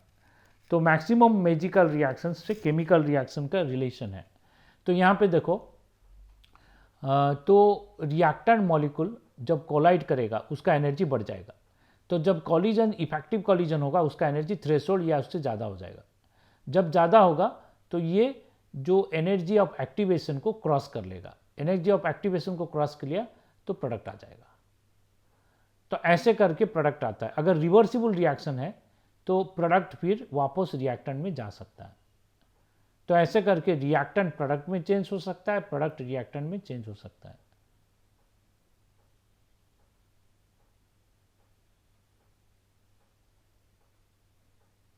ओके, कोई नाम चेंज करके एंट्री किया है, अपना ओरिजिनल नाम लिखो। तो ये जो रिएक्शन हो रहा है, तो एंथैल्पी चेंज को हम लोग इस वे में एक्सप्रेस कर सकते हैं। और इसको लिख लो सब लोग, ये इम्पोर्टेंट है, इसको लिख लो, क्योंकि इसका जो भी एक्सप्रेशन है, इस एक्सप्रेशन से हम लोग क्या कर सकते हैं, जो ऑर्गेनिक केमिस्ट्री का कॉन्सेप्ट समझ सकते हैं।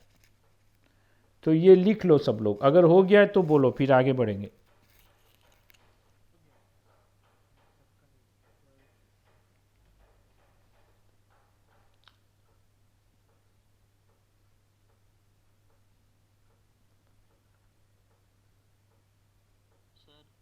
हाँ, सर आप एक बार पिछले लेयर में जा सकते हैं?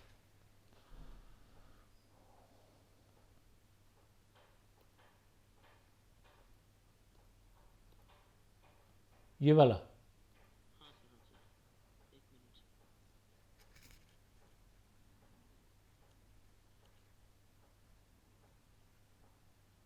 सर ये जो यहाँ पे T2 माइनस T1 है ना, वो हर समय सेल्सियस में होगा। नहीं नहीं, सेल्सियस केल्विन जो भी लो सेम होगा, क्योंकि डिफरेंस सेल्सियस केल्विन में क्या है कि 273 ऐड करोगे 273 सब्ट्रैक्ट करोगे ना, कैंसिल हो जाएगा ना, जी सर। एक ही बात है। सर हम्म। सर आप एक बार जूम आउट कर सकते हैं, ये कुछ साइड से कट गया है। आह, इतना बड़ा कर दिया है।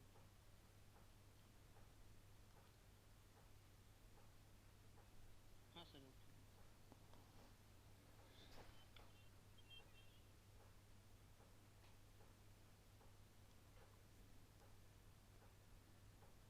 हाँ सर, अब ठीक है।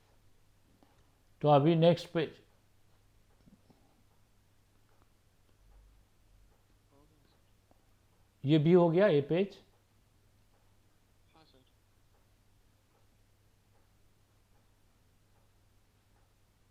कंप्लीटेड।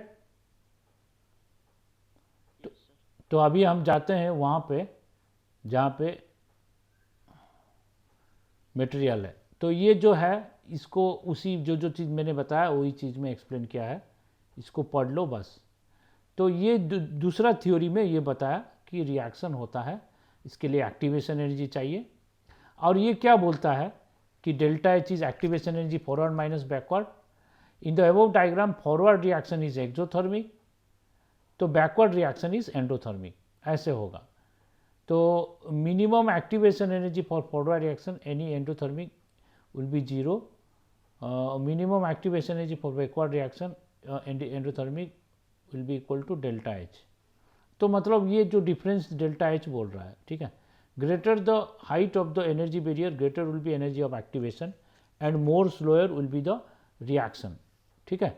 इसमें क्या बोल रहा है कि ये जो डिफरेंस है ये एक्टिवेशन एनर्जी है, ये अगर ज़्यादा हो गया तो रिएक्शन स्लो, मतलब एक्टिवेशन एनर्जी अगर ज़्यादा है रिएक्शन स्लो, एक्टिवेशन एनर्जी अगर कम है तो रिएक्शन फास्ट, और एक्टिवेशन एनर्जी अगर जीरो हो गया तो रिएक्शन स्पॉन्टेनियस होगा, स्पॉन्टेनियस होगा, ठीक है।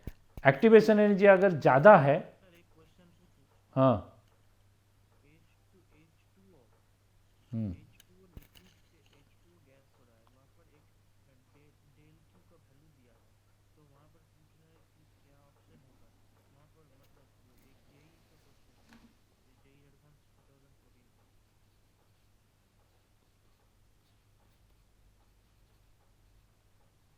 हाँ, यहाँ पर दिया है डेल एच का वैल्यू, डेल क्यू का वैल्यू दिया है 100।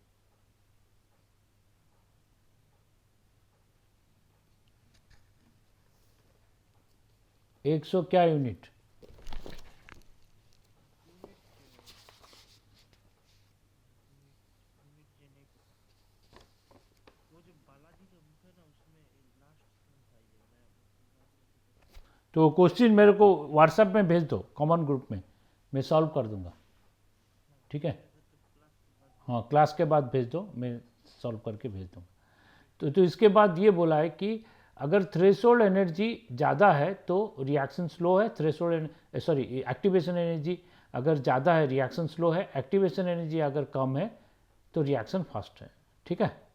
तो उसके बाद नेक्स्ट बोला है कि रेट ऑफ रिएक्शन, ये जो रेट ऑफ रिएक्शन क्या करेगा उसका कॉलिजन पे डिपेंड करेगा, मतलब collision frequency into fraction of total number of collision which are effective.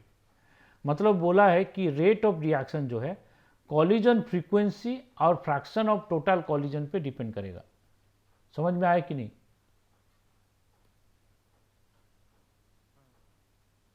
S S कोई पूछ रहा है कि केमिकल काइनेटिक्स क्लास 12 में है कि नहीं। केमिकल काइनेटिक्स क्लास 12 में, इसको बोर्ड में क्वेश्चन आएगा इसीलिए क्लास 12 में रखा है।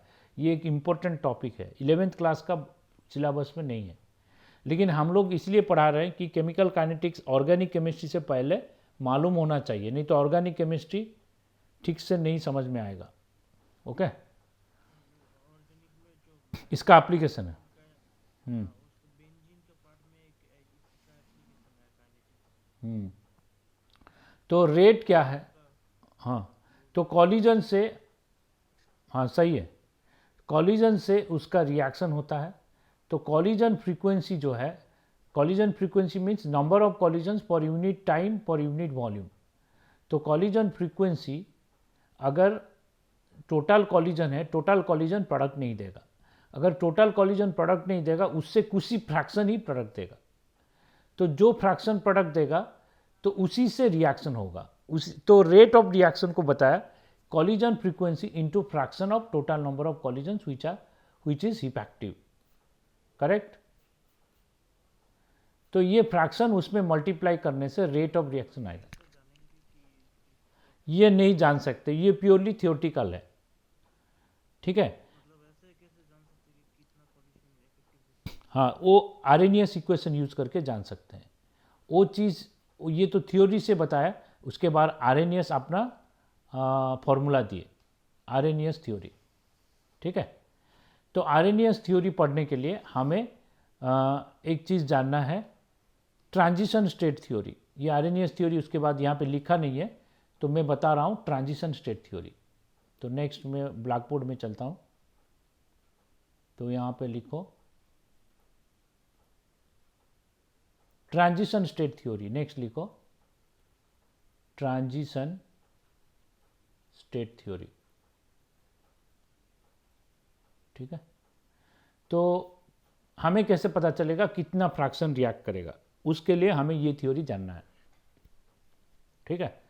ट्रांजिशन स्टेट थ्योरी में ये बताया गया कि उसमें पॉइंट नंबर 1 में ये बताया गया कि for each single step reaction, जितना भी सिंगल स्टेप रिएक्शन है,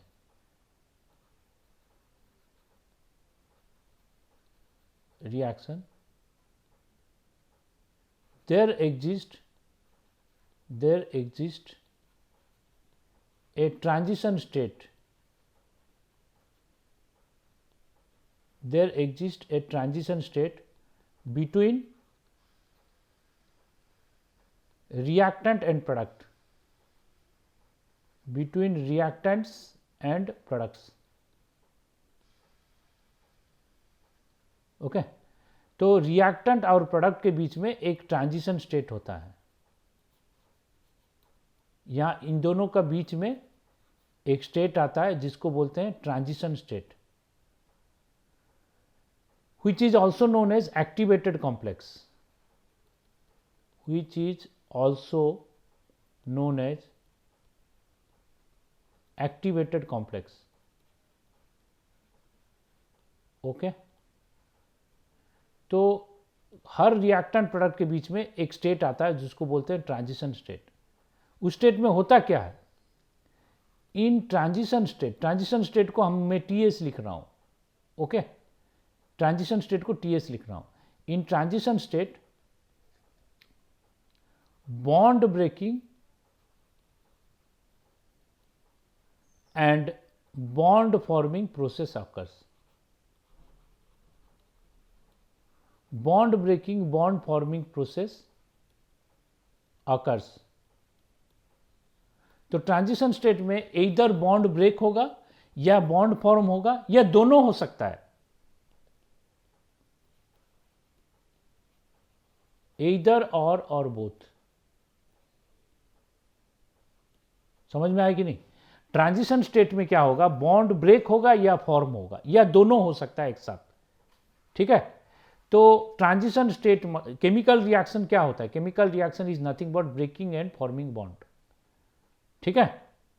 तो breaking and forming bond occurs in transition state only.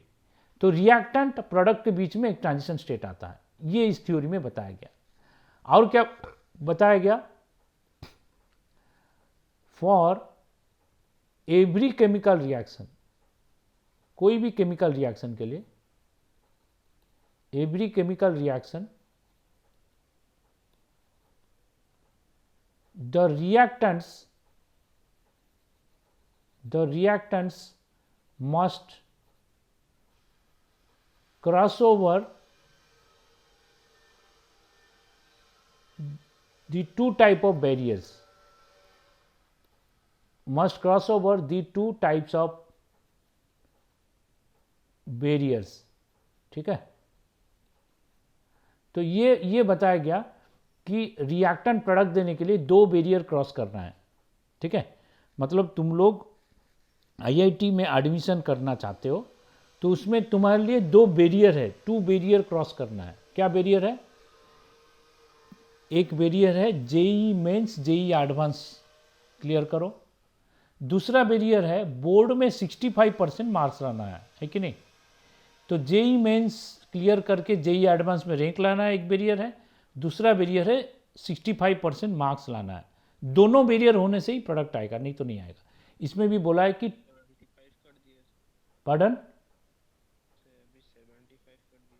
हो 75 हो गया क्या? अच्छा, ओके ओके, तो मुश्किल है फिर। तो ये देखो, for every reaction the reactants must cross over the 2 type of barriers. Reactant 2 barrier cross over करेगा तो प्रोडक्ट आएगा, नहीं तो नहीं। क्या क्या बैरियर है? एक है एनर्जी बैरियर, एक है एनर्जी बैरियर। दूसरा क्या बैरियर है? ओरिएंटेशन बैरियर, जो कि पिछला थ्योरी में हम लोग नहीं पढ़े थे। Orientation barrier, okay. तो पिछला थ्योरी में हम ओरिएंटेशन बैरियर नहीं पढ़े थे, एनर्जी बैरियर पढ़े थे। एनर्जी बैरियर क्या है? एनर्जी बैरियर हम पिछला थ्योरी में कर लिए। वो क्या है? तो अगर रिएक्टेंट का एनर्जी थ्रेशोल्ड एनर्जी से ज़्यादा हो गया या इक्वल हो गया तो रिएक्टेंट प्रोडक्ट में चेंज होगा और ये ट्रांजिशन स्टेट देके जाएगा। ये एक बैरियर है। दूसरा बैरियर बोला है कि ओरिएंटेशन बैरियर। ओरिएंटेशन बैरियर क्या है? ओरिएंटेशन बैरियर जो है, reactant molecules must come with proper orientation.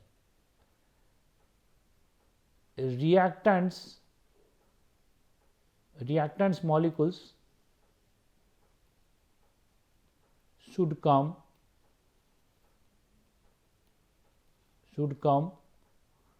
with proper orientation in 3-dimensional plane where bond breaking and bond forming process occurs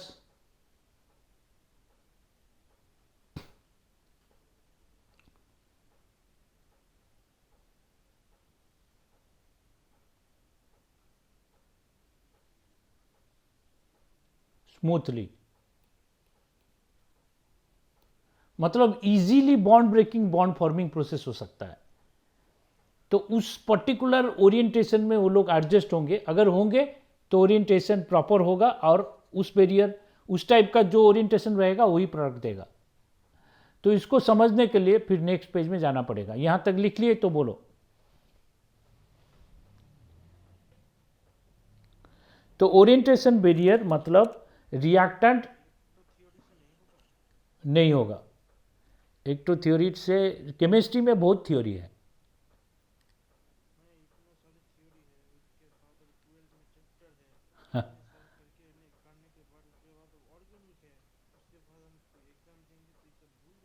नहीं भूलोगे, नहीं भूलोगे। केमिस्ट्री में मेहनत करो, ज़्यादा मेहनत केमिस्ट्री में करो, केमिस्ट्री में ही ज़्यादा मार्क्स आएगा। अभी तो ऑनलाइन है, इसीलिए जब एग्जाम करेगा ना हाँ, तो एग्जाम में मतलब छोटा छोटा जो फॉर्मूला है वो देखने की जरूरत नहीं पड़ती। कुछ कुछ फॉर्मूला तो यूनिक है, वो अगर क्वेश्चन में आ गए तो कॉपी खोल के देख लेंगे, पर जब ऑफलाइन में एग्जाम हाँ, हाँ, हाँ, सही बोल रहे हो। बहुत सारे मतलब इतने फॉर्मूला है ना, तो काम याद रखना पड़ता है, इसलिए पूछ रहे थे कि इसलिए नोट्स बनाओ, नोट्स में सब फार्मूला लिखो और हर चैप्टर के बाद वो फार्मूला का एक लिस्ट बनाओ। तो फार्मूला का जब लिस्ट लिख लिख के बनाओगे ना, तब साइकोलॉजिकली माइंड में रह जाएगा। ठीक है, सर वो पैकेज में है ना? पैकेज का लास्ट में है तो। हाँ, हाँ हाँ हाँ हाँ, लेकिन उसमें स्पेस भी बहुत दिया है। मान लो कोई फॉर्मूला मिस हो गया है, वहाँ पे लिख दो। जो फॉर्मूला दिया है उसको पढ़ लो, साइड में पेंसिल में लिख दो, और जो नहीं दिया है उसको पेन में लिख लो। ओके,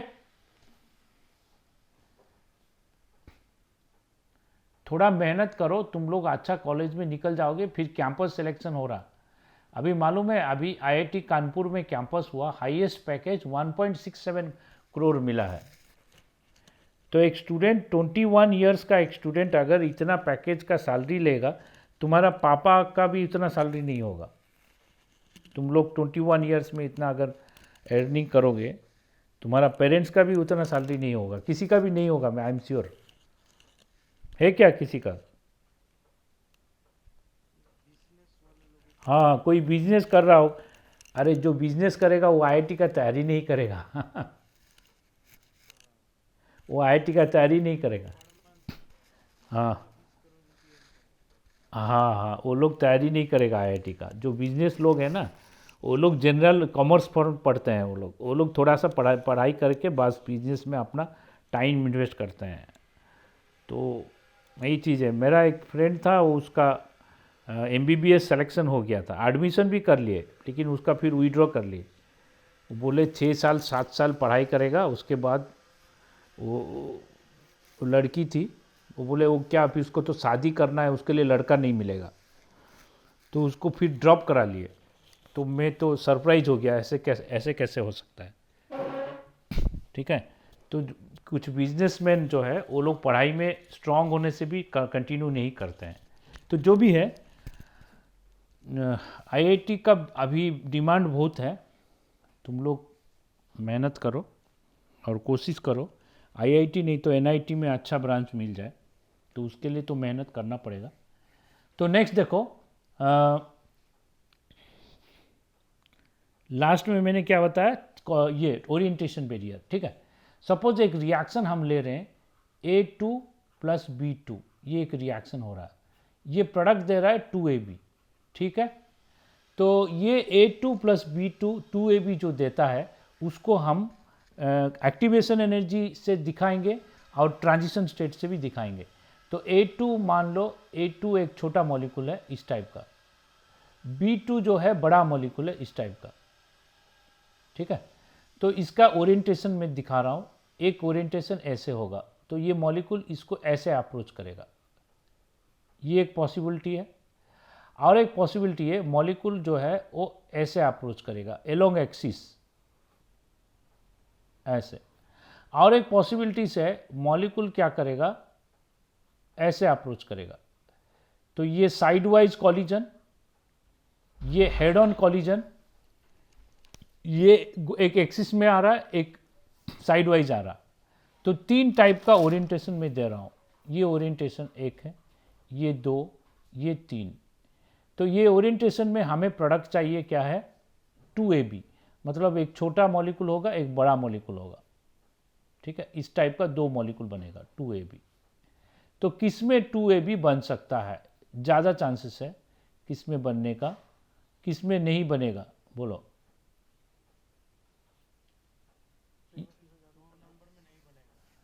3 नंबर में, 3 नंबर में ज़्यादा चांसेस है, क्योंकि ये जब कोलाइड होगा, हाँ, इसमें नहीं होगा, हाँ, इसमें भी नहीं होगा, इसमें ही होगा।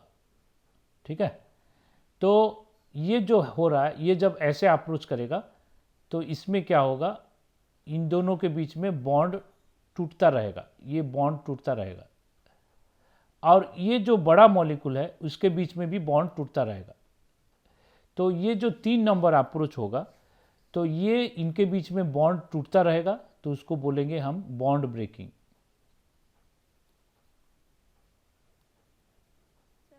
हाँ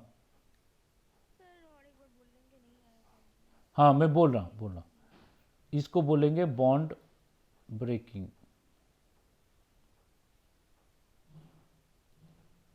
देखो, A2 मॉलिक्यूल छोटा है, B2 मॉलिक्यूल मैंने बड़ा ले लिया। ठीक है, हमारा एम है 2AB बन जाए, 2AB मतलब एक छोटा ए एक बड़ा बी, एक छोटा है एक बड़ा बी, यही तो बने, ये बने हमारा एम है। ये कैसे बन सकता है? तो वो लोग अप्रोच कैसे कर सकते हैं? वो बहुत सारा वे में अप्रोच कर सकते हैं। मैं 3 वे लेता हूं। तो ये जो रिएक्शन का दोनों के बीच में अप्रोच होगा, अप्रोच में क्या होता है, दोनों ऐसे ओरिएंट होंगे, ऐसे कोलाइड करेंगे जिसमें bond breaking bond forming process हो रहा है और स्मूथली हो रहा है। अब ये अगर ऐसे अप्रोच करेंगे तो क्या होगा, ये इसके पास जाएगा, ठीक है, इसका ये अप्रोच में क्या होगा, ऐसे होगा, ये छोटा है ये बड़ा है। तो ये जो है ये इसके पास जा रहा है, इसके पास जा रहा है, ये किसके पास नहीं जा रहा, ये मॉलिक्यूल का जो लेफ्ट साइड है ये दोनों के साथ कोलाइड नहीं हो रहा। अगर दोनों के साथ कोलाइड नहीं होगा ये बॉन्ड फॉर्म करेगा, नहीं करेगा। अब इसमें देखो, इसमें ये मॉलिक्यूल इससे कोलाइड कर रहा है तो इन दोनों के बीच में बॉन्ड बन सकता है, लेकिन ये मॉलिक्यूल इससे कोलाइड कर रहा है, नहीं कर रहा है। तो अगर वो लोग ऐसे on axis head on collision कर रहे हैं, ऑन एक्सिस आ रहे हैं, तो एक मॉलिक्यूल बनने का चांस है, लेकिन हमें 2 मॉलिक्यूल बनाना है तो इसमें भी नहीं बन सकता। तो हमारा जो एम है कि रिएक्टेंट प्रोडक्ट में चेंज हो, तो उसके लिए 2AB आए। तो ये अगर ऐसे अप्रोच करेगा, साइड बाय साइड अप्रोच करेगा, तो धीरे धीरे क्या होगा, इनके बीच में बॉन्ड ब्रेक होगा। ये जो A2 है उनके बीच में बॉन्ड ब्रेक होगा, और ये B2 जो है इनके बीच में भी बॉन्ड ब्रेक होगा, और साथ ही साथ इनके बीच में बॉन्ड फॉर्म होगा। ये है बॉन्ड फॉर्मिंग। तो समझ में आया कि नहीं?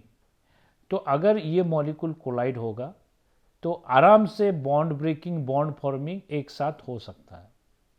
तो ये इसके साथ कोलाइड करेगा, ये इसके साथ कोलाइड करेगा, तो ये कोलाइड करेगा तो उनके बीच में बॉन्ड फॉर्म हो जाएगा। तो बॉन्ड फॉर्म होगा तो AB आ जाएगा, ये इसके साथ कोलाइड करेगा, इसके बीच में बॉन्ड फॉर्म होगा तो फिर AB आ जाएगा। तो अगर ऐसे में AB बन सकता है, इसमें ये लेफ्ट साइड इसका राइट साइड में कोलाइड नहीं करेगा। ये मॉलिक्यूल दोनों से कोलाइड कर रहा है, लेकिन ये मॉलिक्यूल जो लेफ्ट में है किसी से कोलाइड नहीं कर रहा।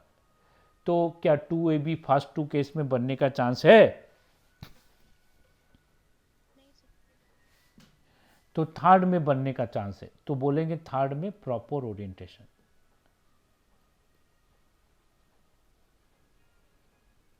फर्स्ट 2 केस में बोलेंगे इम्प्रॉपर ओरिएंटेशन, इम्प्रॉपर ओरिएंटेशन,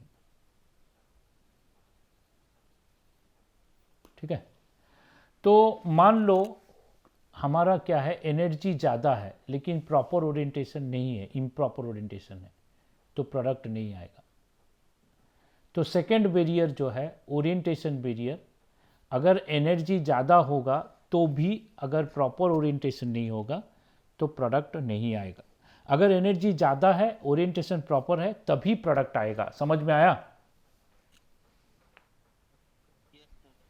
मतलब 2 कंडीशन फुलफिल होगा तभी प्रोडक्ट आएगा, नहीं तो प्रोडक्ट नहीं आएगा। ये बता दिया हमारा थ्रेशोल्ड एनर्जी थ्योरी में, ठीक है। तो प्रॉपर ओरिएंटेशन में प्रोडक्ट देगा, नहीं तो प्रोडक्ट नहीं आएगा। तुम लोग NCERT बुक रीडिंग कर सकते। अच्छा, नहीं तो तुम लोग ये 12th क्लास में है ना, इसका मैं दे दूंगा। ये मेरा जो पैकेज है उसका दिया मैं, अभी NCERT बुक का भी थ्योरी उसको भेज दूंगा, ठीक है। तो प्रॉपर ओरिएंटेशन होगा तो प्रोडक्ट आएगा, नहीं तो प्रोडक्ट नहीं आएगा। Is it clear?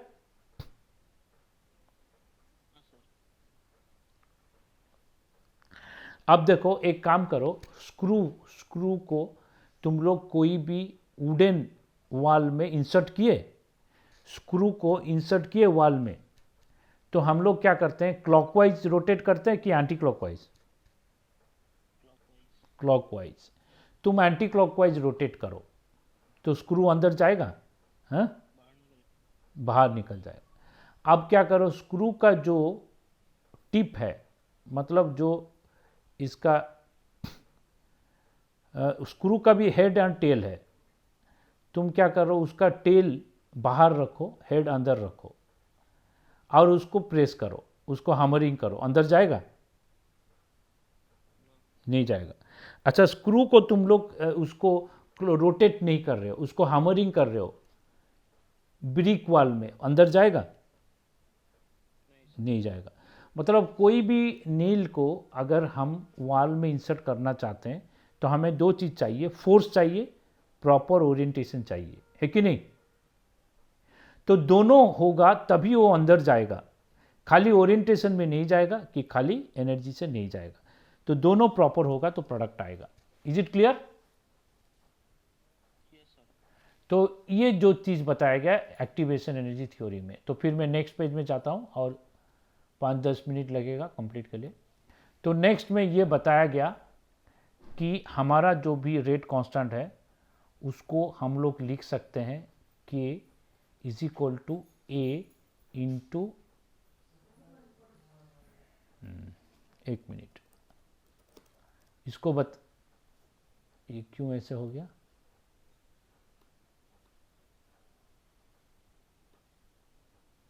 हाँ, तो ये बताया गया कि k को हम लोग लिख सकते हैं z into delta N by N, ऐसे लिख सकते हैं। ये बताया गया कि k को हम z into delta N by N लिख सकते हैं। तो z क्या है? z है नंबर ऑफ कॉलिजन्स पर यूनिट टाइम पर unit volume. Delta N by N क्या है? Fraction of molecules which are effective. समझ में आया कि नहीं?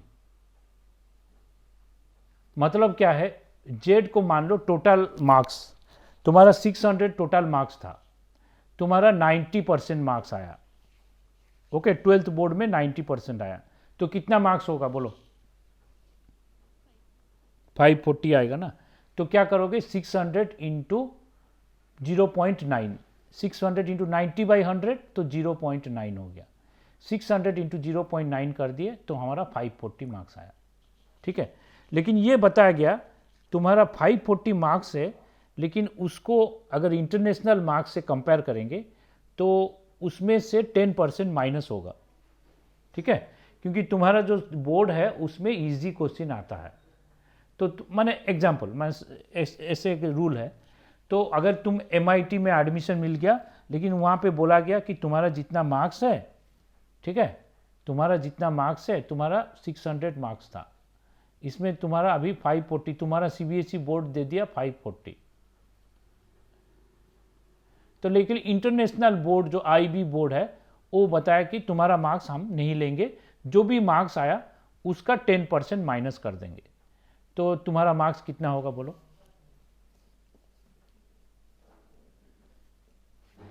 तो इसका 90% होगा कि नहीं बोलो?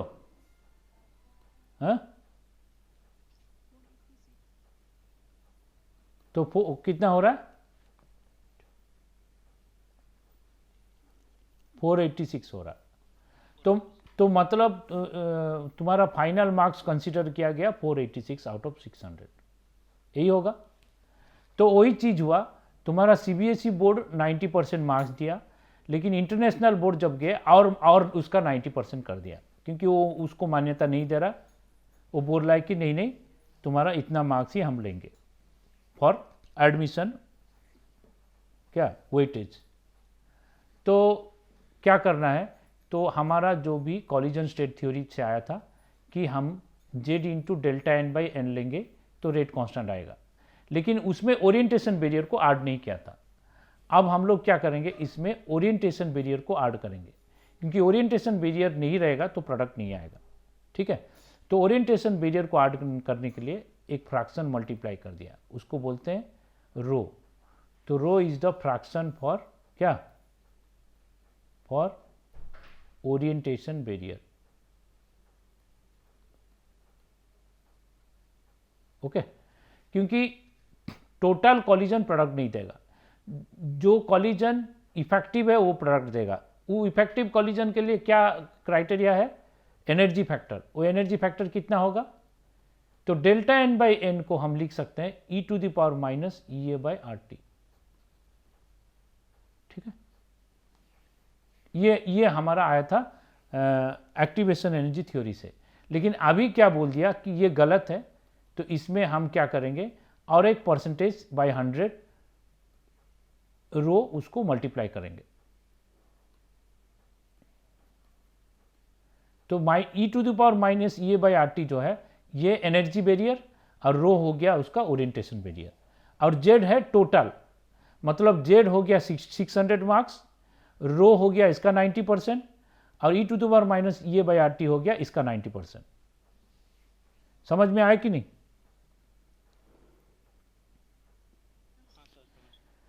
तो इसमें बताया गया कि रेट कांस्टेंट जो है टोटल कॉलिजन, फिर उसका एनर्जी बैरियर जो क्रॉस कर रहा है वो e to the power minus E A by are t, जो कि फ्रैक्शन ऑफ मॉलिक्यूल, उसके बाद उसमें रो मल्टीप्लाई कर दिया। अब जेड इंटू रो को एक कांस्टेंट ले लिया, वो है ए।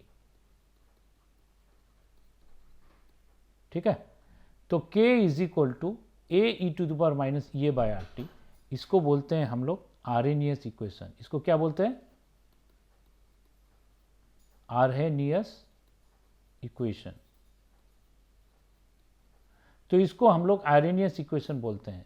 इसमें k क्या है? Rate constant. a क्या है? Arrhenius constant.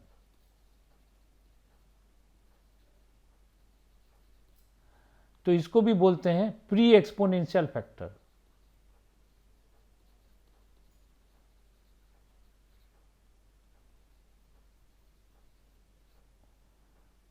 RNS constant pre exponential factor. Okay, और e to the power minus E A by are t को बोलते हैं fraction of molecules. Fraction of molecules whose collisions are effective।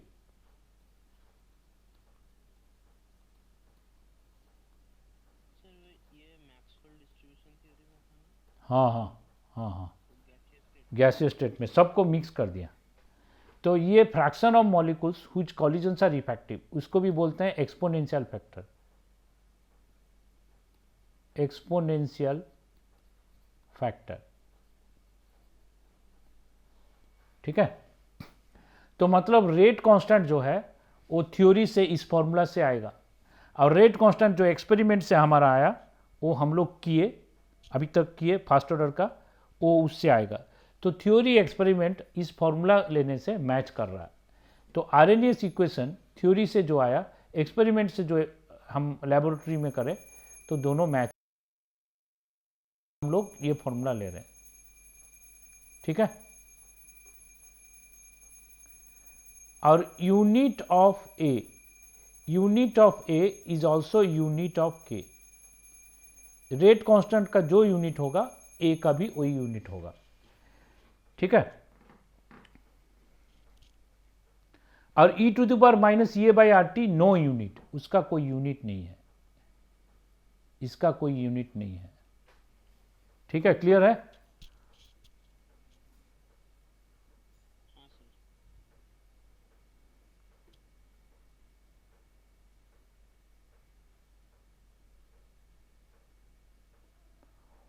तो RNS equation समझ में आ गया।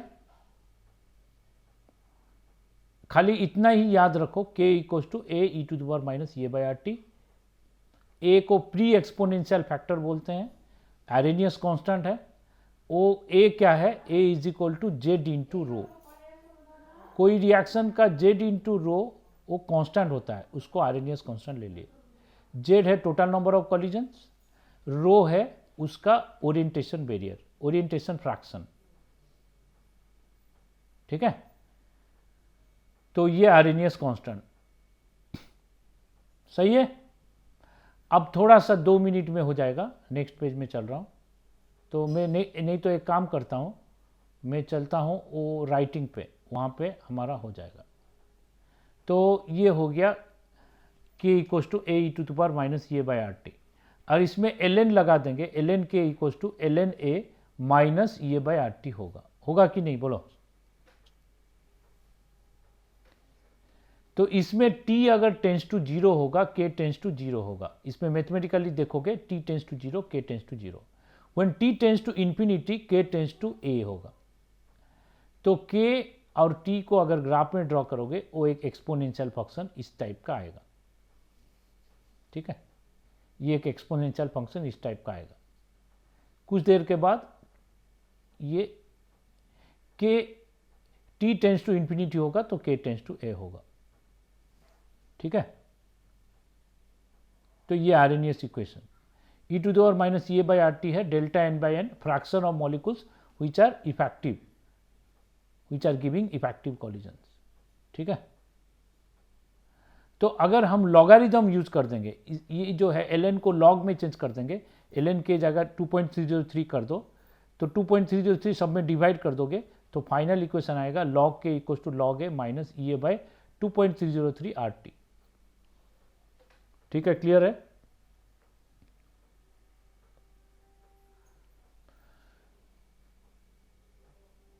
तो अगर log k को हम y एक्सिस में ले लिए और 1/t को x एक्सिस में ले लिए, log k को y एक्सिस में ले लिए और 1/t को x एक्सिस में ले लिए, तो इसको y ले लिए, इसको x ले लिए, y is equal to M X plus C equation of a straight line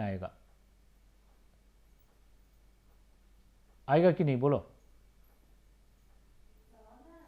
y equal to M X plus C equation में स्ट्रेट लाइन आएगा, तो इसमें m नेगेटिव आ रहा है, तो ये equation of straight line m slope negative आएगा। तो यहाँ पे स्लोप नेगेटिव क्या होगा, m is equal to minus E A by are T 2.303 R T R R. तो tan थीटा होगा स्लोप, तो tan थीटा स्लोप होगा, तो इससे हम एक्टिवेशन एनर्जी रिएक्शन का निकाल सकते हैं। इसमें आरएनएस कांस्टेंट भी निकाल सकते हैं, क्योंकि ये जो सी वाई इंटरसेप्ट होगा वो log a होगा, तो यहाँ पे जो log a आएगा ये इस वैल्यू log a होगा। तो log k versus 1/t graph draw करेंगे तो y equal to M X plus C type का इक्वेशन ऑफ स्ट्रेट लाइन आएगा। तो इसमें स्लोप होगा E minus E A by 2.33 R, Y intercept होगा log a। ठीक है, ये log a होगा वाई इंटरसेप्ट। क्लियर है।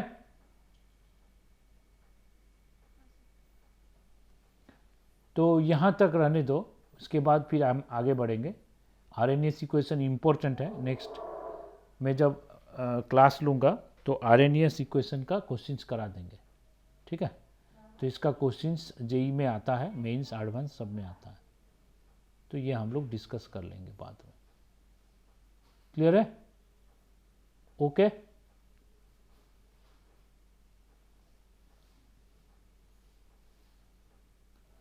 तो राइट देन मैं क्लोज करता हूँ। Thank you, bye.